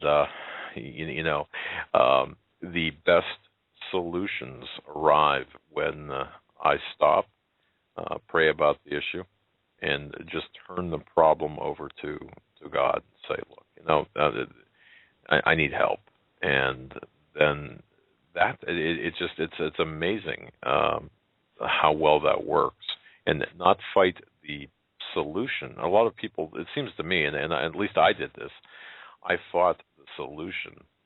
For example, this radio program, I fought this all the way. And perhaps some people are out there saying, well, you didn't fight hard enough. You probably should have fought harder because you guys are really bad at it. But the fact of the matter is, it's amazing when you think, solutions come from areas and places and directions that you just never think about. So yeah. And as I say, I shouldn't be amazed by this, but I am. To tell the truth, I'm thankful and amazed and surprised, and I've forgotten how many times the Lord in the past has supplied what I need, answers, directions, resources to get things done. And it just kind of strengthens your faith again, picks you up a bit and say, hey, He's still listening. And it's good. It's good for all of us. 100%. Absolutely. Yep. You got that right. Yeah, you mentioned something earlier in conversation about the Pope and about the prophecy of the popes, and this being perhaps the last Pope. I was looking at this as well from a prophetic perspective, and also just to see what's taking place currently. Not to revisit this if you don't want to, but with all of the inclusion of gospels, the inclusion of ideologies or of religions, and perhaps that's the wrong word to use. I just see this Pope is really being the conduit to this one world religion that will be. We had talked earlier in the program about a woman being executed for her faith. Yeah. In Sudan, and there seems to be little outrage from the people. For example, from the Vatican. Where is the outrage from the Vatican on this? Where's the outrage from our part? But the Pope seems to figure in prominently here, and I just never would. And the canonization ceremony as well, going back, really it bothers me a lot for a lot of reasons. There seems to be a lot of symbology there that is antithetical to Christianity, but that's just my thoughts. But I agree, and that deal with the woman over there. She's pregnant, and they're going to gracefully let her have the child first before they hang her or shoot her, or whatever they're going to do. Probably cut her head off. And that is just an abomination. It really is. And she's standing up for her faith.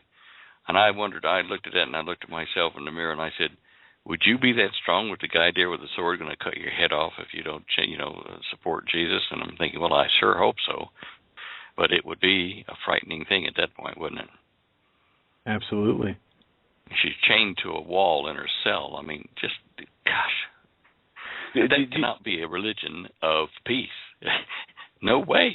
And I was having this conversation with another gentleman this week, and can you see that coming to America? Can you see the acceptance of this in America? No, I can see them trying, and I can see America going into chaos because of it. Okay. We've got too many guns, bullets, and hot tempers here, from all kinds of perspectives that will fight that. It will get to a point where it's break down civil order. Okay. Yeah, I was trying to walk through mentally, and I'll bet you a lot of people listening to this program try to do this. They try to mentally walk through the different scenarios that will play out or that could play out. And I'm trying to envision, for example, you hear reports, there's a truckload of guillotines. There's, or if you, for those purists, guillotines, whatever, the truckload of guillotines. This is going to happen. And I'm thinking, I cannot envision a United States where this would actually be taking place. At least not. Well, I just can't envision that. Well, the Hopi, for however you might view their prophecy, their seers have told Holly and I that we're going to have a multifaceted civil war here that will tear America apart.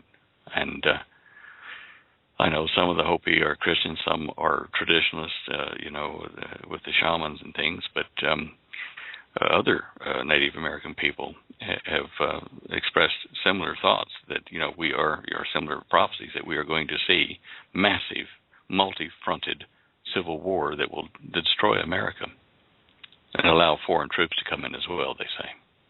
That I can see. And speaking of foreign troops, Stan, what are your thoughts on the foreign troops in this country? Do you believe that we've got too many? Any, I suppose, is too many. But do you believe that we're saturated with foreign troops, or are they lying in wait? Are they here to begin to clamp down when necessary? Is that their goal? Is that their role? Well, look, I hear a lot of rumor. I see a lot of things on the internet, and tracking down reliable sources is hard to do because people can say, I work on this base, or my husband does, or whatever, and we've got a bunch of them there. We do know that there are a lot of Russians running around up here at Fort Carson, about 45 minutes north of us here on I-25, having talked to people who live in the area and work on the base. They tell us this. So certainly they are there and a known presence on the base. Whether there are large amounts of them hiding in the woods or in confiscated government property as part of Agenda 21, I don't know. We would just have to sorry, hold on one second. I love that. We're not the only ones that happens to. I love that. Yeah, it was our fax line. It just makes a lot of noise. Anyway, yeah, they could be here in great numbers, but I can't say positively because most of the sources I read are not sources I could verify. To be sure it wasn't some sort of an effort to stir up the people and to make them riot, against the Russian presence when there's not one. I don't know, or the Chinese presence. I have heard so many reports of people seeing Russian troops, in Russian uniforms for joint exercises, or Chinese coming in from Panama, and Chinese at the port there in Southern California, the Chinese zone. I don't know, but from what the Hopi said, the Chinese and some some Middle Eastern troops and Russians will eventually invade the United States. And, the best time to do it, of course, is when we're in chaos here. And maybe the presence of these troops here will be contributing to the chaos. One couple wrote us about seeing Russian troops in the mountains in white snow gear and shooting everything in sight just for fun as they went past their property. And they hid and watched them go past. Now, is that a rumor, or, are they telling the truth? I don't know.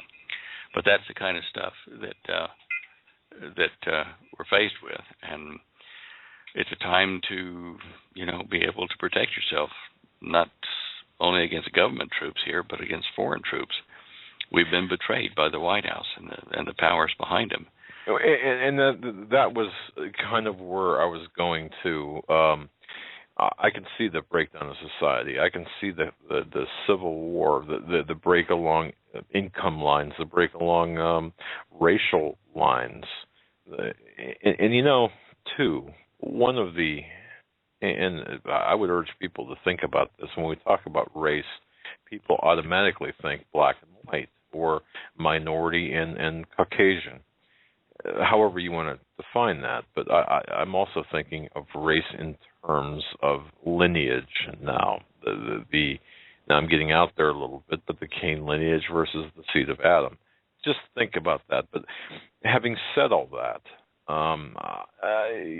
Stan, do you see a time where we would actually have foreign troops for the purposes of restoring order, like a NATO or like a NATO operation would be, or a United Nations operation here, or is that an overstatement?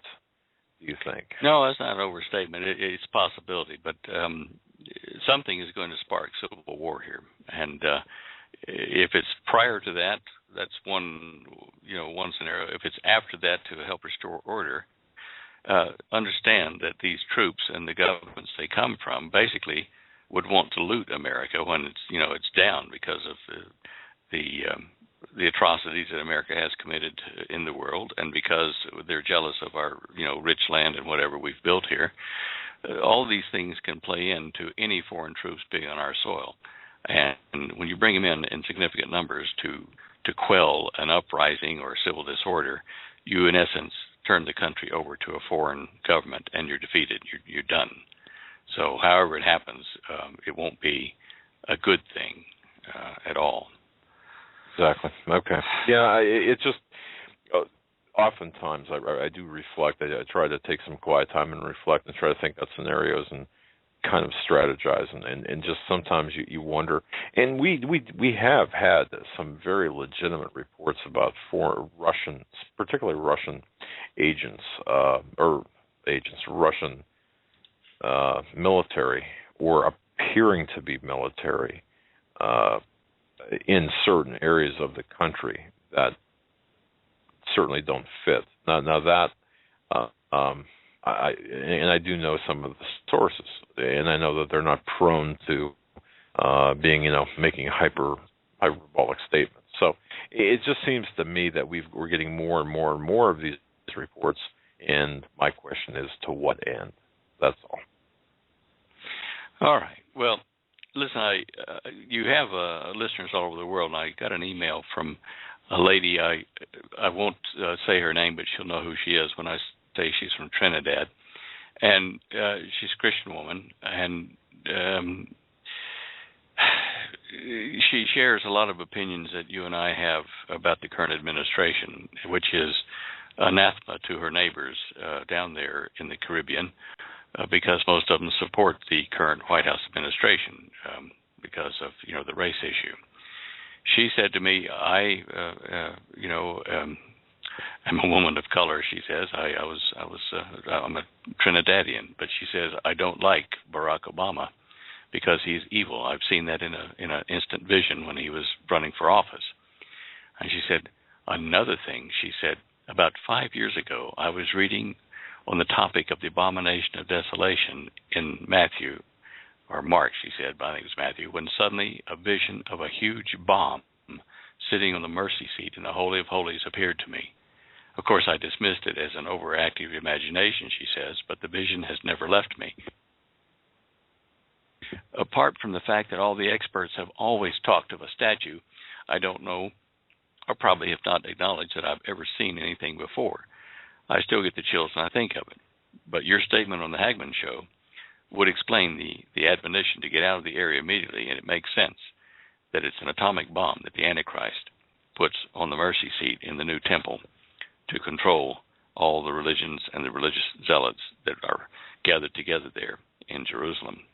So, that's another confirmation to me that what I was saying in the book of Daniel about the abomination being a thing that just desolates, being an atomic bomb, is the interpretation of that warning. Wow. Well, that actually has that makes sense too. It makes sense practically in a strategic way as well. A way to control things. Wow, that's incredible. The interesting thing about that the abomination thing is it says it's set up. In Daniel 12:11 it says, "And from the time that the daily sacrifice shall be taken away, and the abomination that makes desolate is set up, there shall be 1,290 days." That's about 3.5 years. So it might mean about, I guess it could be the beginning or the middle. I guess it'd probably be the beginning of the tribulation or the middle, either one on that numbering, that he does this. But I don't understand if that's the same abomination. Why in Matthew 24:15, when you see the abominations make desolate set up there, don't go back for your shoes or socks or anything, run. If you're in Judea, flee to the mountains. If you're in your housetop, don't take anything out of the house, just run. It's just the warning to get out of town real quick in Judea if you see that happen. So I don't know whether the abomination of desolation in Daniel is the same one, or if there were two spoken of, one being a statue in the ancient days, but I don't think so. I think it is this time, and it's explained more in Matthew in the Olivet Discourse. Very Jesus interesting. tells you that. Yeah.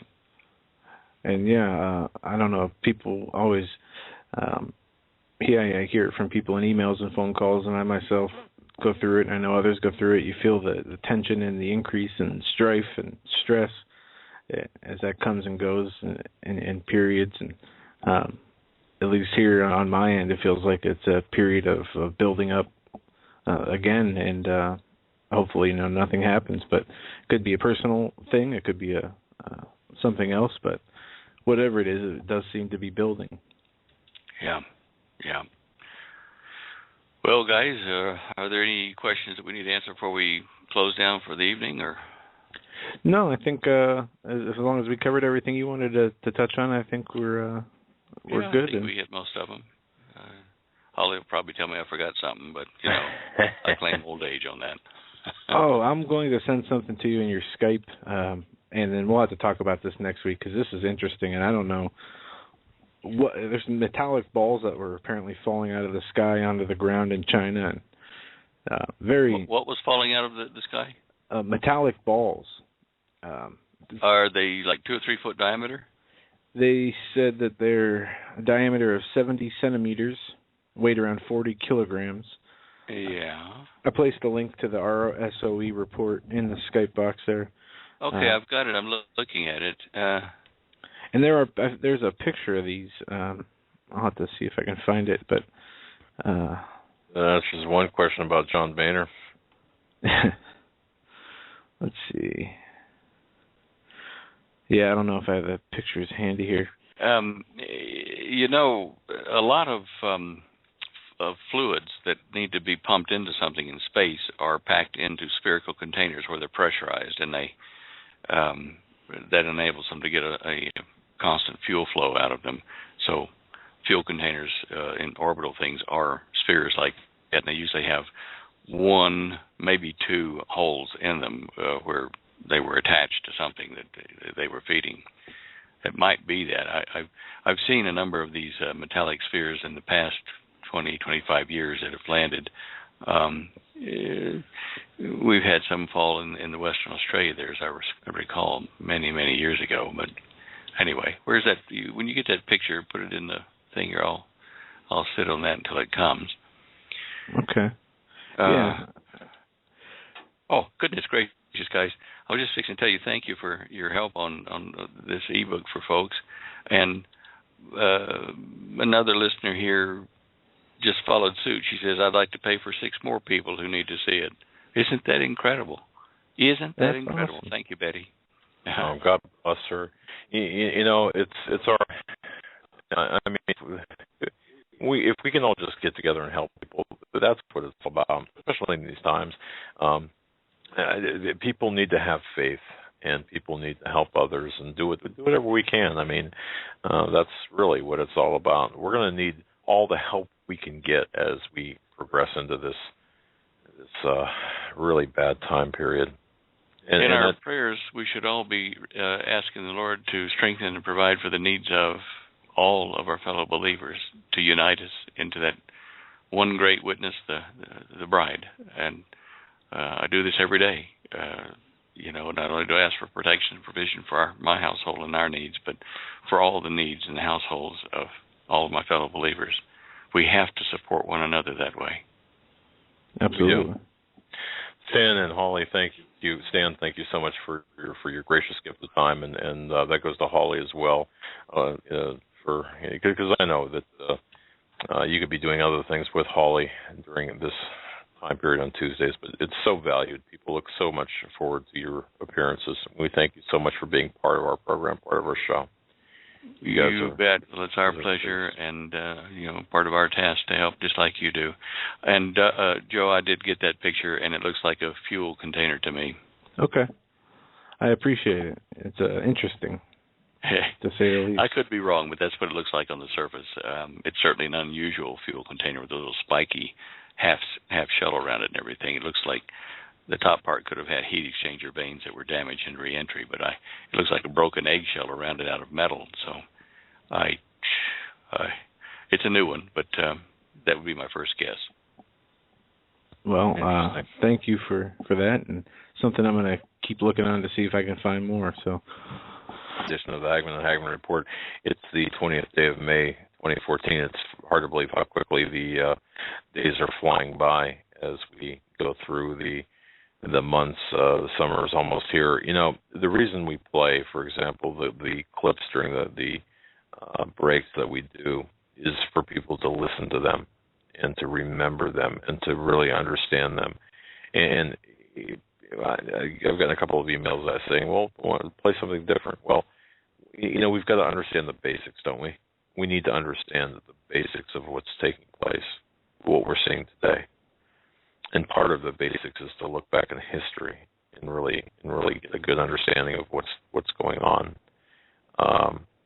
And that's part as well. The investigative reports that will be forthcoming on HomelandSecurityUS.com here over the next couple of days will do just that. Who is Barack Hussein Obama? Why is he White House right now, currently? Who is, and I've got to tell you, I'm going to even extend this a little bit further. Frankly, ladies and gentlemen, I'm not even sure his mother is his mother, let alone his father being his father.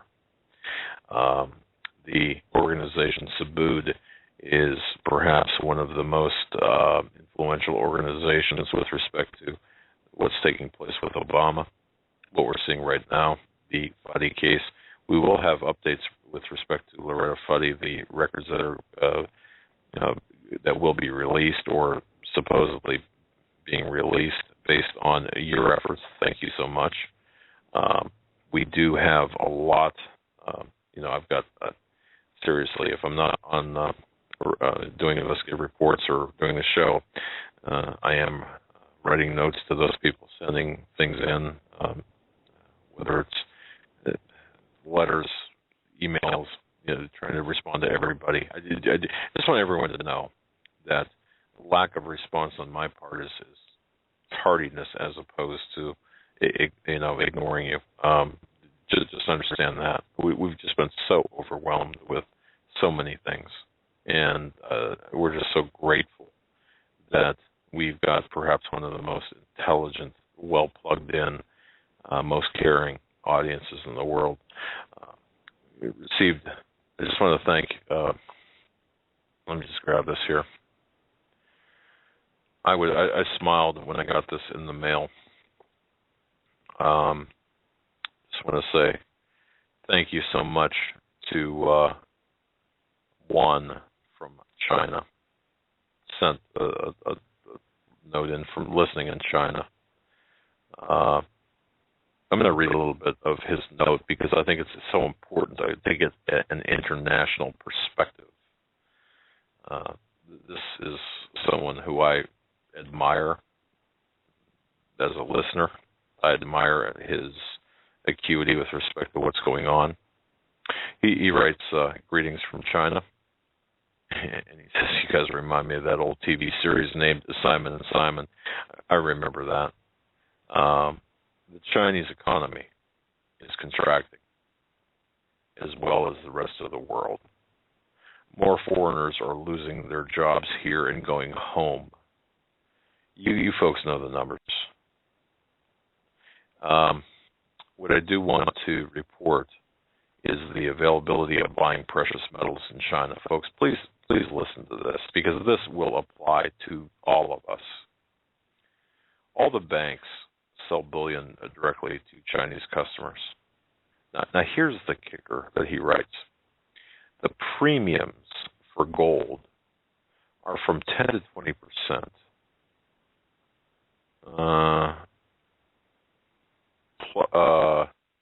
And I'm stammering here because it's difficult to read. It's in the crease of the card here. Silver is ridiculous, as it sells for 50%. That's 50% over spot price. Think about that. Imagine silver, purchasing an American Silver Eagle here. Let's say the spot is $19, and let's say it's $20. It's costing you $30 here or $30 there anyway.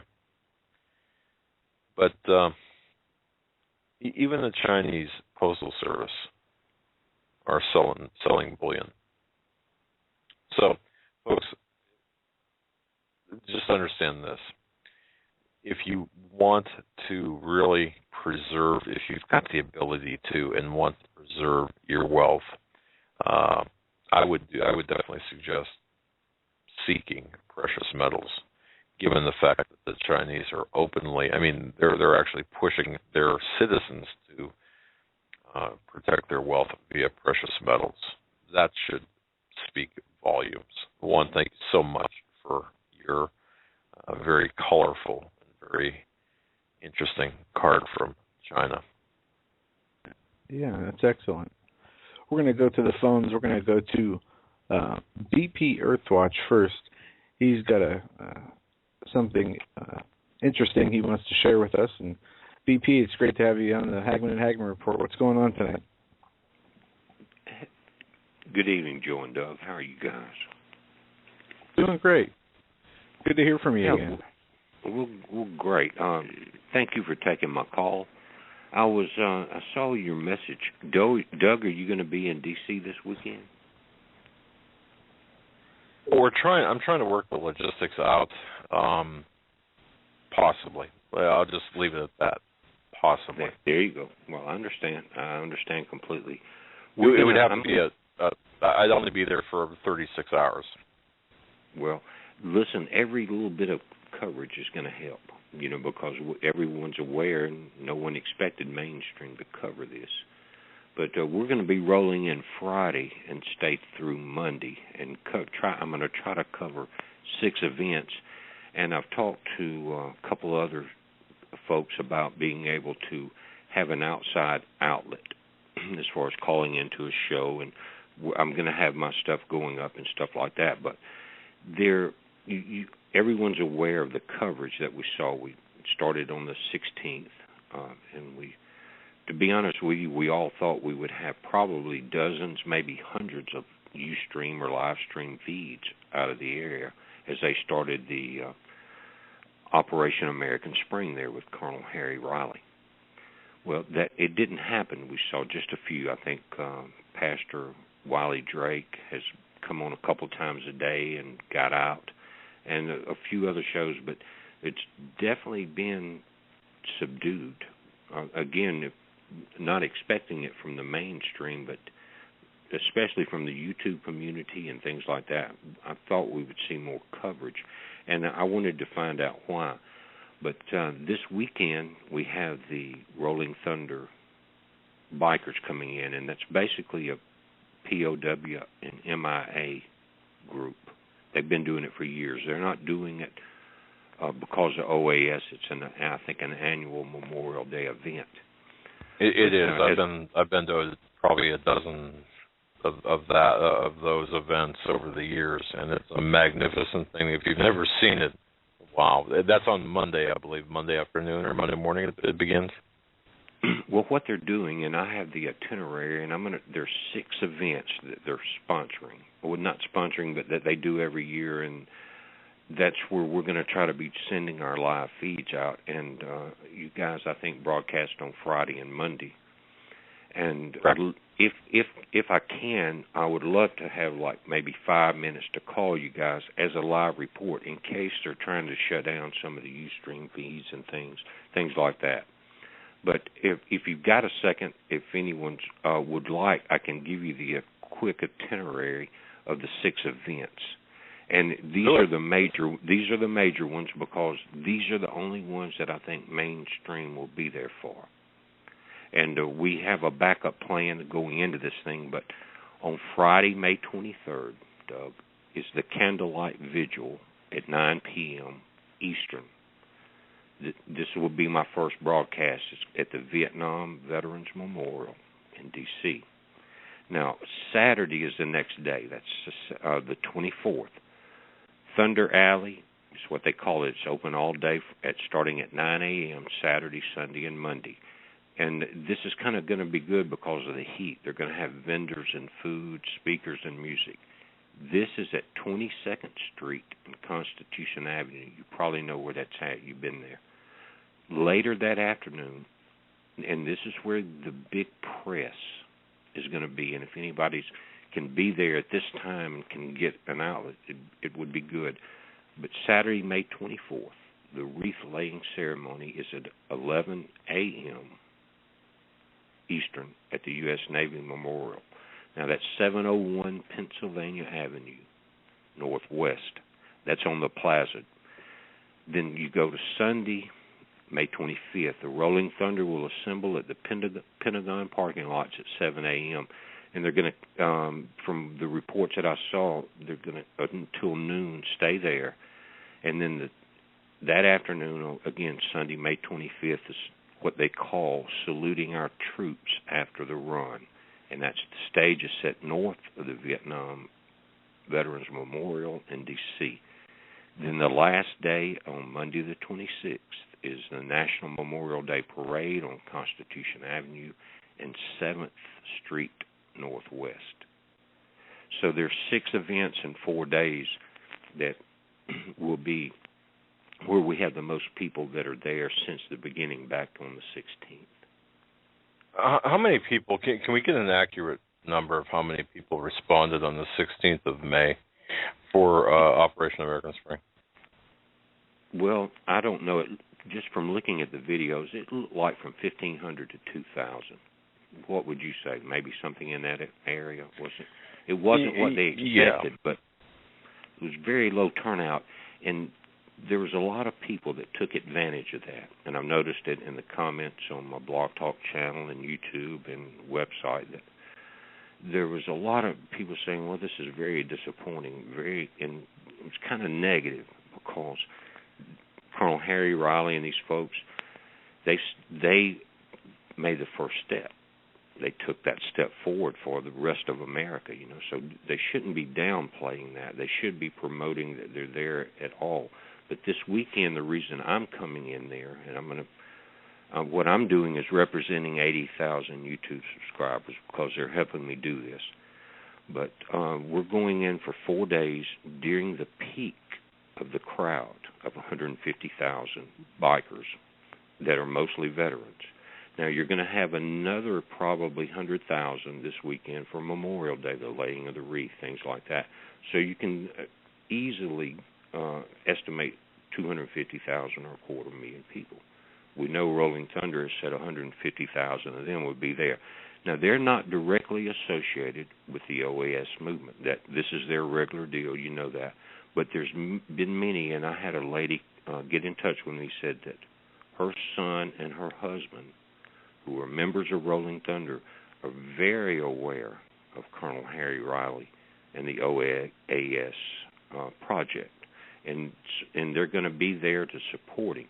So what we're going in there is with, I hope, thousands of flyers that we're going to pass around to the current OAS people that are there, Colonel Harry Riley, Wiley Drake, a lot of other people, and get them to help us spread this among the bikers that are there, because they're going to separate there after Monday, after the Memorial Day parade on Constitution Avenue, and go back to all parts of the country. And so with these flyers, we talk about two things. And it is the OAS mission with their website information, so you can go there and get it from the horse's mouth. It's not a really in-between deal. And the bottom half of the flyer, because it's a time to unite and not divide, is talking about SEAL Team 6. And most of you are aware of that we lost SEAL Team 6 in a kind of a bad deal after they were exposed for being the Bin Laden team. Yeah, we had Charlie Strange on, father of one of the victims of Extortion 17, SEAL Team 6. Yeah, so we've tied that in order to bring in the attention of the veterans that are not part of OAS yet. They have to be, because their mission is MIA and POW. And how can you turn your back on SEAL Team 6? And it's not a negative thing, it's just to bring awareness out. So that's kind of what we're doing. I wanted to let folks know. Well, very good. Well, we will offer you time on Friday and Monday, respectively. We will be broadcasting live on Memorial Day Monday, without a doubt. So definitely from D.C., let us know, give us a live update. If that's possible for you to do, if that's what you're asking, certainly we'll open the doors for you. We need a live update to find out what's taking place. But yeah, and just understand too, a lot of this is perception, because what the government is doing, what the response is, they're dividing up the crowds. So it's not there might be 5,000 people there, but when you start dividing up the crowds in the manner in which they're doing so, and splitting them off into smaller groups and putting them in various locations, it does not look like the formidable crowd that would show up. And now, that's just, to me, I mean, that's right out of the Alinsky playbook, and that's a very proactive measure by this regime that's in Washington to play down what's taking place, and people really need to understand that. You're absolutely right. And, I never expected the mainstream to cover this, but I did expect a little more. Even back, you guys remember a couple of years ago, they were having the demonstrations in Chicago, and we had dozens, if not hundreds, of live stream feeds. And on my website, I've collected as many as I can find, and they're very rare, and, they're very random. That it's surprising because of we had 3 or 4 months of time that we saw the videos with Colonel Harry Riley talking about the event, things like that. But we didn't expect the mainstream, but I did expect more of the YouTube, Blog Talk crowd to be aware of this. So I think that the second wave of folks going in this weekend with, like I said, easily 250,000 people will be there. I know, because I've had to check into the hotels, motel rates, and the bookings. You know what I mean? And if you know, then you know that if you want to stay out at Dulles Airport, you can get the best rates, but you got to drive a long way to get anyway. But that's what we're doing there. And listen, another thing is, have you guys noticed that there's been a couple people, and I'm not going to mention any names or hurt anybody's feelings because they may have been threatened, but on YouTube and some of the other internet outlets, as well as television, some major players that would step up and were not anti-government, they're just bringing awareness. And one of them covered the Bundy Ranch extremely well. But now they have this look in their eye like a deer caught in the headlights. In other words, it seems like they've been threatened. They're not mentioning this event when normally they would be screaming off the rooftop. And I'm not saying anything bad about them. I'm pointing out the fact that it seems to be happening. Have you guys noticed that? Yes. Yes, we have. Now we've been relatively silent about this event. I shouldn't say silent. We've been talking about its existence. I'm however, sure what it would look like when it came to D.C. Right, but I think there's a level of caution that people are exercising. But what you're referring to, and I've seen this, and I do know what you're talking about. Oh, there have been threats made. I'll flat out tell you there have been threats made. Do not promote. Do not involve yourself. Do not report on this. And these threats are coming from pretty high level sources. Just as an FYI. So absolutely. That's right. And, you know, it goes, what a lot of people, and I've heard this comment, and it concerns me, is that until the nation repents, God will not be on the side of this movement.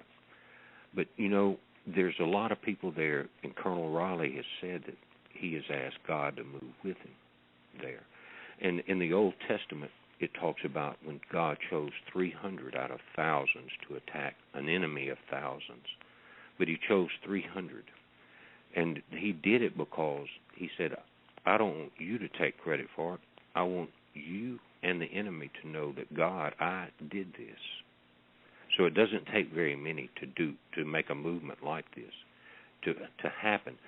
But my point in this is that if we wait for this government, which may not be Christian at all, to repent, then it's going to be a long day. But and some of that's disinfo, if you understand what I'm saying, because we know that if there's infiltrators into our government from the Muslim Brotherhood or wherever, they have no intentions of repenting to the Lord Jesus Christ. So we cannot wait for that time to do it, but we can be a beacon to the rest of the world. We've seen the Arab Spring go all the way around the world. Now, that's not what we need to do. We need to do it peacefully. We need to make sure between now and the next congressional elections that everyone is aware of this operation and be a beacon to the world as Christ would be, that this can be a peaceful resolution, but at the same time, with our Christian armor, stand tall. This is not a battle between us and the politicians in Washington. This is a battle between us and Satan, because Satan has taken over our nation. So now is the end times. Now is the time to make that stand in a peaceful way. It's because our nature is as Peter cut that ear off of that soldier that dare touch Christ. But what did Christ do? He picked that ear up. He healed that soldier. Why?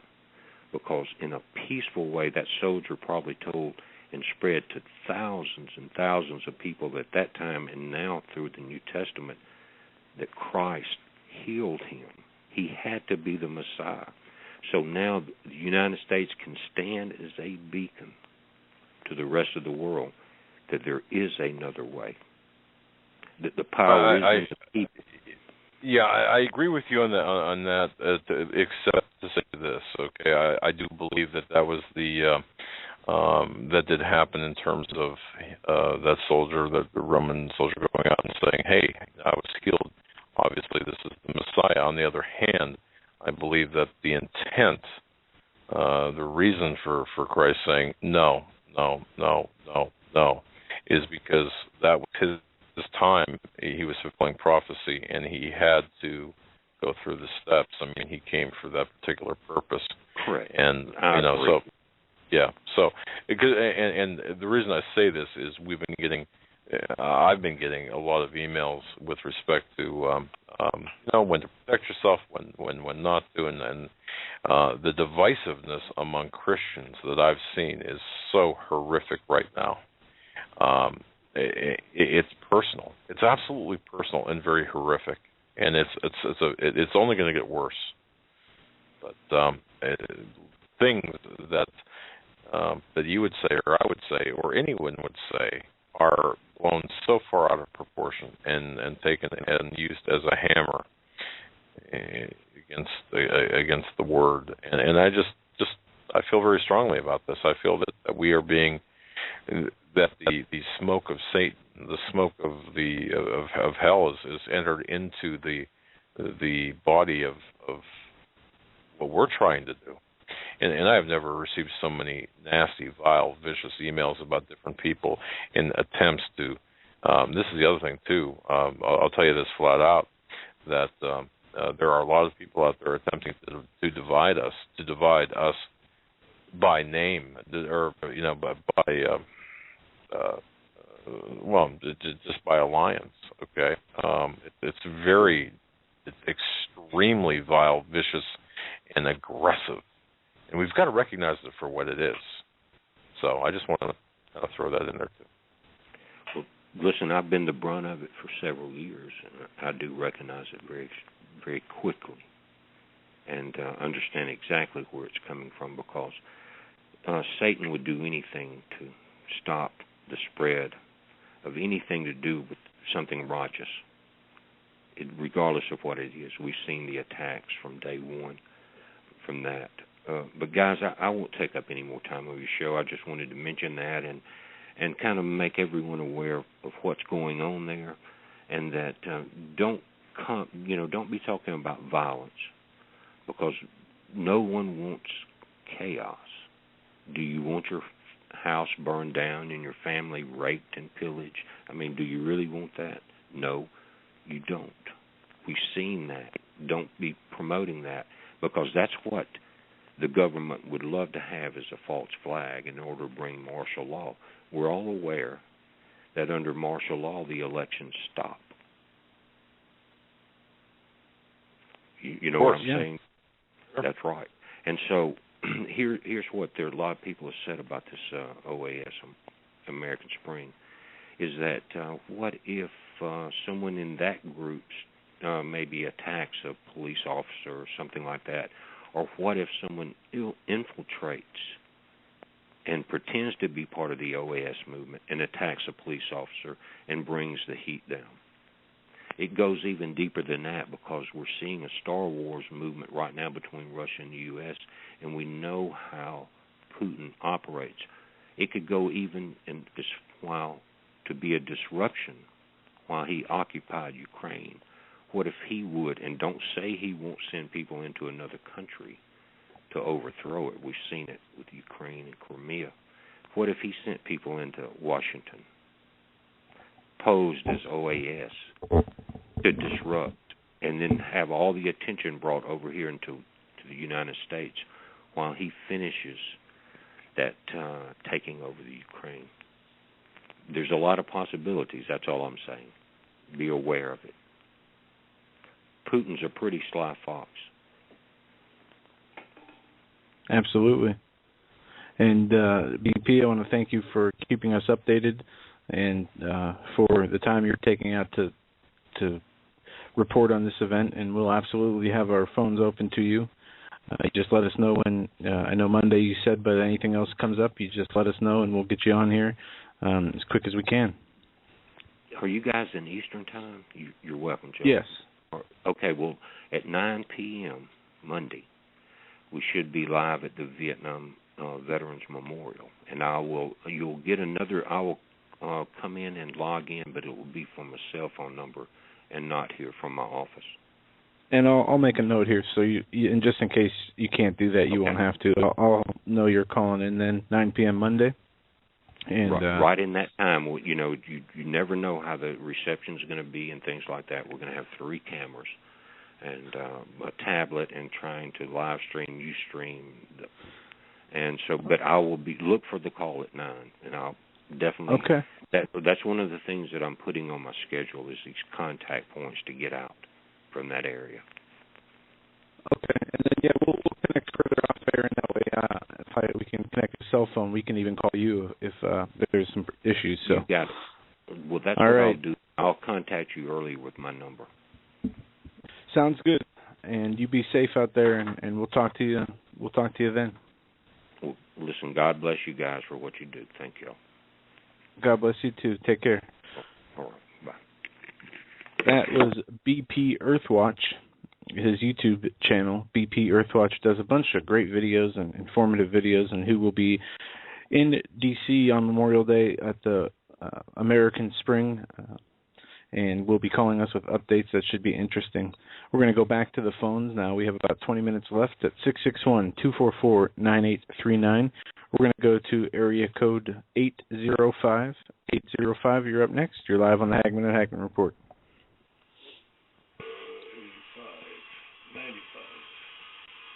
805?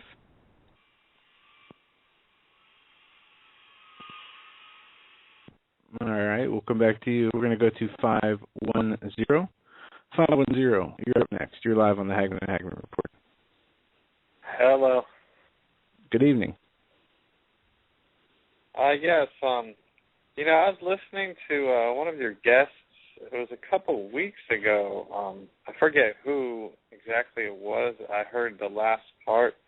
But he was discussing how Obama, in a way, and I agree with this, is who God wants in the White House at this time. And I kind of agree, because America is given over to a reprobate mind. And I really think, in a weird way, just like Nebuchadnezzar and Pharaoh was God's man, I think Obama is God's man in this situation and time.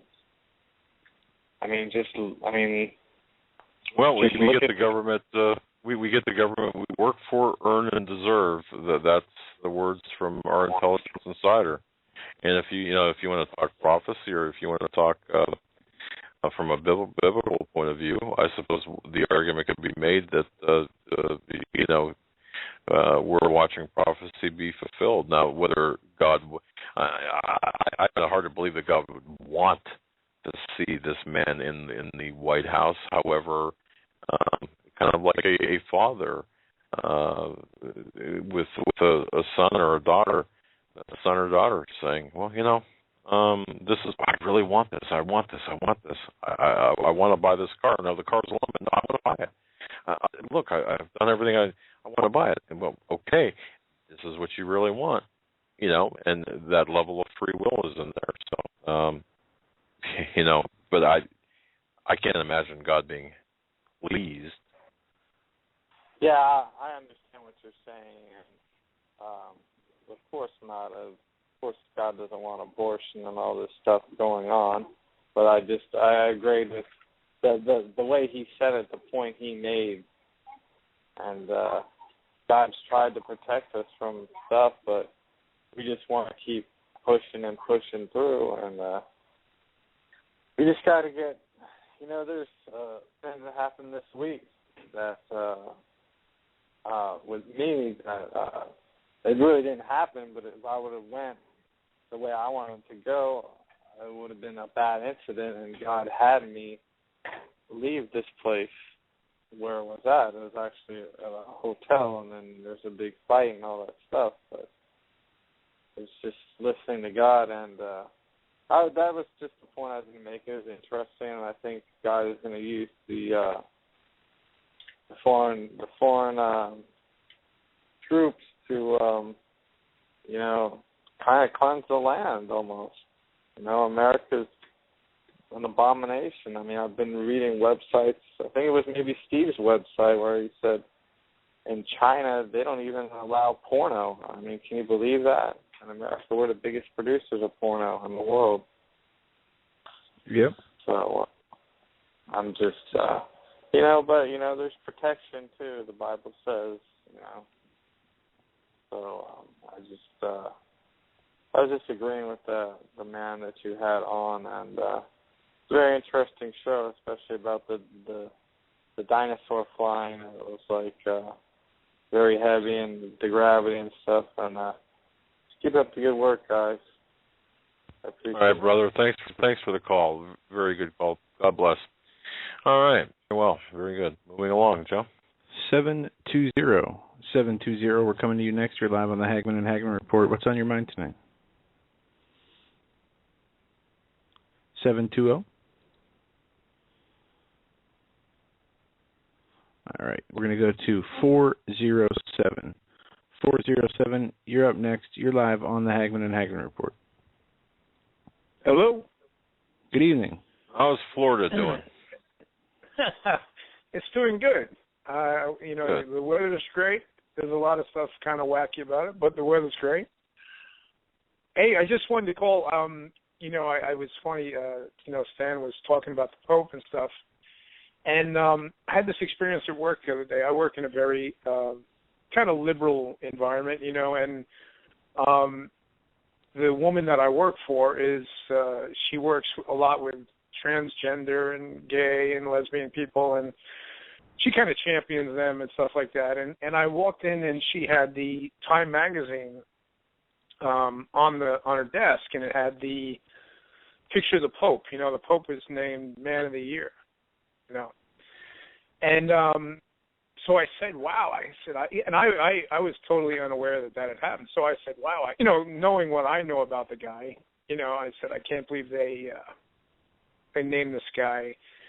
They gave this guy this honor, And she went off about how much she loved him and what an awesome thing. And she started quoting statistics about how much,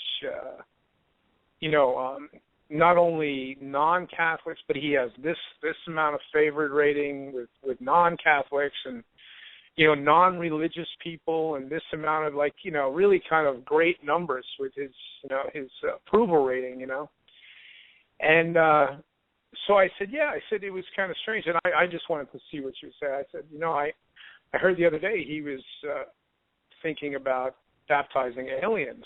I wanted to see, what she would say. And she said, well, at least he's not thinking that they're devils or evil or something. And right there, I kind of got chilled to the bone. I was thinking, wow, this is exactly the setup that's going on. That this would be, this person is being put in a position. When you travel around in our circles and you're aware of what this guy's doing, you kind of, just take it for granted that that's the way people think. They know what this guy's up to. But for this person wait until she finds out that the served man's actually a cookbook. What's it? Say it again, buddy. To quote in 1961, I believe it's 1961 Twilight Zone episode, wait until she finds out that the book To Serve Man is actually a cookbook. Yeah, right. No, but I was like, it really, because, like I said, we talked, but it hit me so, because if anybody, this is a non-religious person, and she was gushing about how much she loved this guy. I was thinking, wow, this is the setup. This is what's going on. This is they're kind of dishing him off to the world like he's just being crafted to please the multitudes. You know what I mean? And, it was just really interesting. And then for Stan to be talking about him today and him going, Joe's great point of how he's going over to, the Holy Land and stuff like that. It's, it is kind of a really dangerous thing that I wasn't, you know what I mean? When you travel around and the people you talk to are like-minded like you are, and we all kind of see things for how they should be. And it was just really, it was a real eye-opener for me to see how this guy is being, sold to a world that is even in the non-religious world. You know what I mean? You know what, caller? I've got a question for you. Yeah.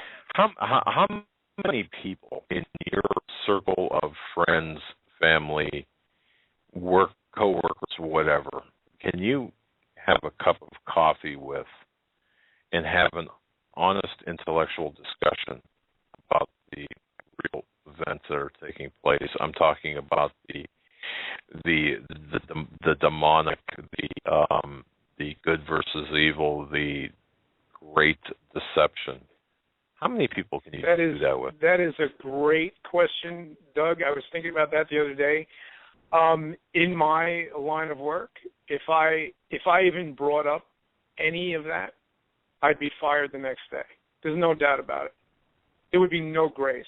It would be if I even because I work in a university setting, and there's no tolerance for it, absolutely no tolerance for it at all. Yeah, it's literally, it's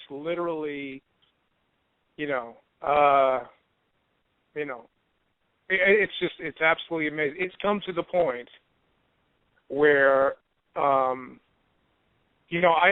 just kind of live my life. I'm a standard. I get, my students love me. I have a great interaction with my students, and that's the kind of place where I can, just kind of reveal who I am and what I'm about. With any of my peers, or the people that I work for, it would be immediate termination. Immediate termination. Isn't that amazing? Says a lot, doesn't it? That in and of itself should tell people where we're at, the lateness of the hour. Yeah. That's yeah. And it's funny. It's funny because it's funny you said that, because one situation came up where I had been helping somebody who needed help. Somebody who was, this was, it was a fellow, adjunct professor, and I was helping them. They had gone through a difficult family situation, and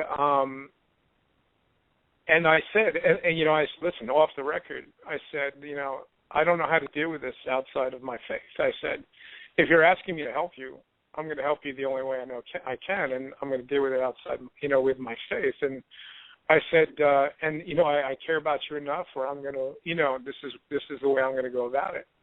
And I literally after that, there was no communication whatsoever. And here I was being very gracious. I mean, I had extended myself to this person and helped them out a great deal, and once I brought that up, that's a really good point that you brought up, Doug, because that right there does. I mean, I've been thinking about it all the time. It's really an amazing situation. This whole ideology of everything, Darwinism and all this stuff that is in the circles that I travel in, it's a religion. It is a religion, and when you don't bow down and kiss the ring of it, then you get, then the Inquisition comes and you get terminated, so. Yeah, but I didn't mean to take your time, but that is a really perceptive question you asked, and it's something I think of all the time, and it's something that, is absolutely amazing how what you would consider free thinking and that there's zero tolerance for any line of faith at all, so. Very good. Well, God bless you, all right, my friend. sir. Keep molding those minds of mush out there in the right direction, Oh no, I do. And it's funny thing is my students love me. They email me all the time thanking me about a great class and this and that. But it's the other way around. The other people on the upper tier of it, they've just bought the whole thing. They've bought it hook, line, and sinker, and they've all sold out. It's really kind of scary. So. All right, wait a second. What I think we ought to do, just for the heck of it, is send you a crate of Steve Quayle's Xenogenesis and Paul McGuire's A Prophecy for the Future of America books, and you can pass them out to your students as required reading. Let's see, you'd last there in 5, awesome. 4, 3, 2, yeah. Oh, just a thought. That's awesome. That is funny. Yeah. Hey, you know what? I kind of managed to get stuff in there. See, God is the beautiful thing about our God. He is wisdom. The fear of the Lord is the beginning of wisdom. So when you have that and you operate by that, He does kind of, even like He says, even creation testifies of Him. You know what I'm saying? So there's ways to talk about Him, and kind of. In very real ways and not be obvious, which is great. So that's a good thing. Interesting. So, all right, my brother. Thank you. God bless you. Great call. Thanks for your call, my friend. All right, guys. Thanks for everything. Bye. All right. Have a great night. Fantastic call there and insight. We got about 2 minutes left. We're going to try one more call. 587. 587 area code coming to you now. Live on the Hagmann and Hagmann Report. Oh. 2 minutes. You're going to take us out tonight. 587 area code. Hello? Hello? Yes. We're here. 2 minutes. All right. Let's look at that. We can't deal with the echo here. Yeah, no. That was kind of all that echo, and you hear yourself in the background, and tough to listen to. So try to call back tomorrow, sir. We'll, yeah, and folks, when you do call, if you're using an Android or some sort of cell phone, make sure it's not on speaker. When you hear, there's about a 5 to 7 second delay depending on what device and where you're at. When you hear your number, just immediately take it off the speaker and start talking. Yeah, tomorrow we don't have any guests lined up as of now, but we're going to be lining up some people, and as we go into next week, leave for Montana, possibly have a guest host or two for next week, which should be interesting, and possibly a guest host coming on before that happens. But we're going to be working all that out here in the very near future. Tomorrow night's going to be a very important program, I believe, especially with the topical matter concerning certain investigative results and findings from really from 2007, 2006, 2007 to date. And it's going to cover the economy. It's going to cover a number of topical subjects to bring us up to speed. And I really believe it's going to be very important for people to really kind of understand and to be able to find things that I think are critical. So, having said that, the fact that that in and of itself is extremely important. So, looking forward to that. And yes, of course, Montana. That's next week. Whitestone Remnant Conference. Can't wait to meet all of the fine people out there. That would be great. Yeah, we'll buy you a coffee and sit down, and hopefully we'll have time to sit down and talk with everyone out there. Until tomorrow, stay safe. God bless. We'll be back at 8 p.m. Eastern Time. Have a great night.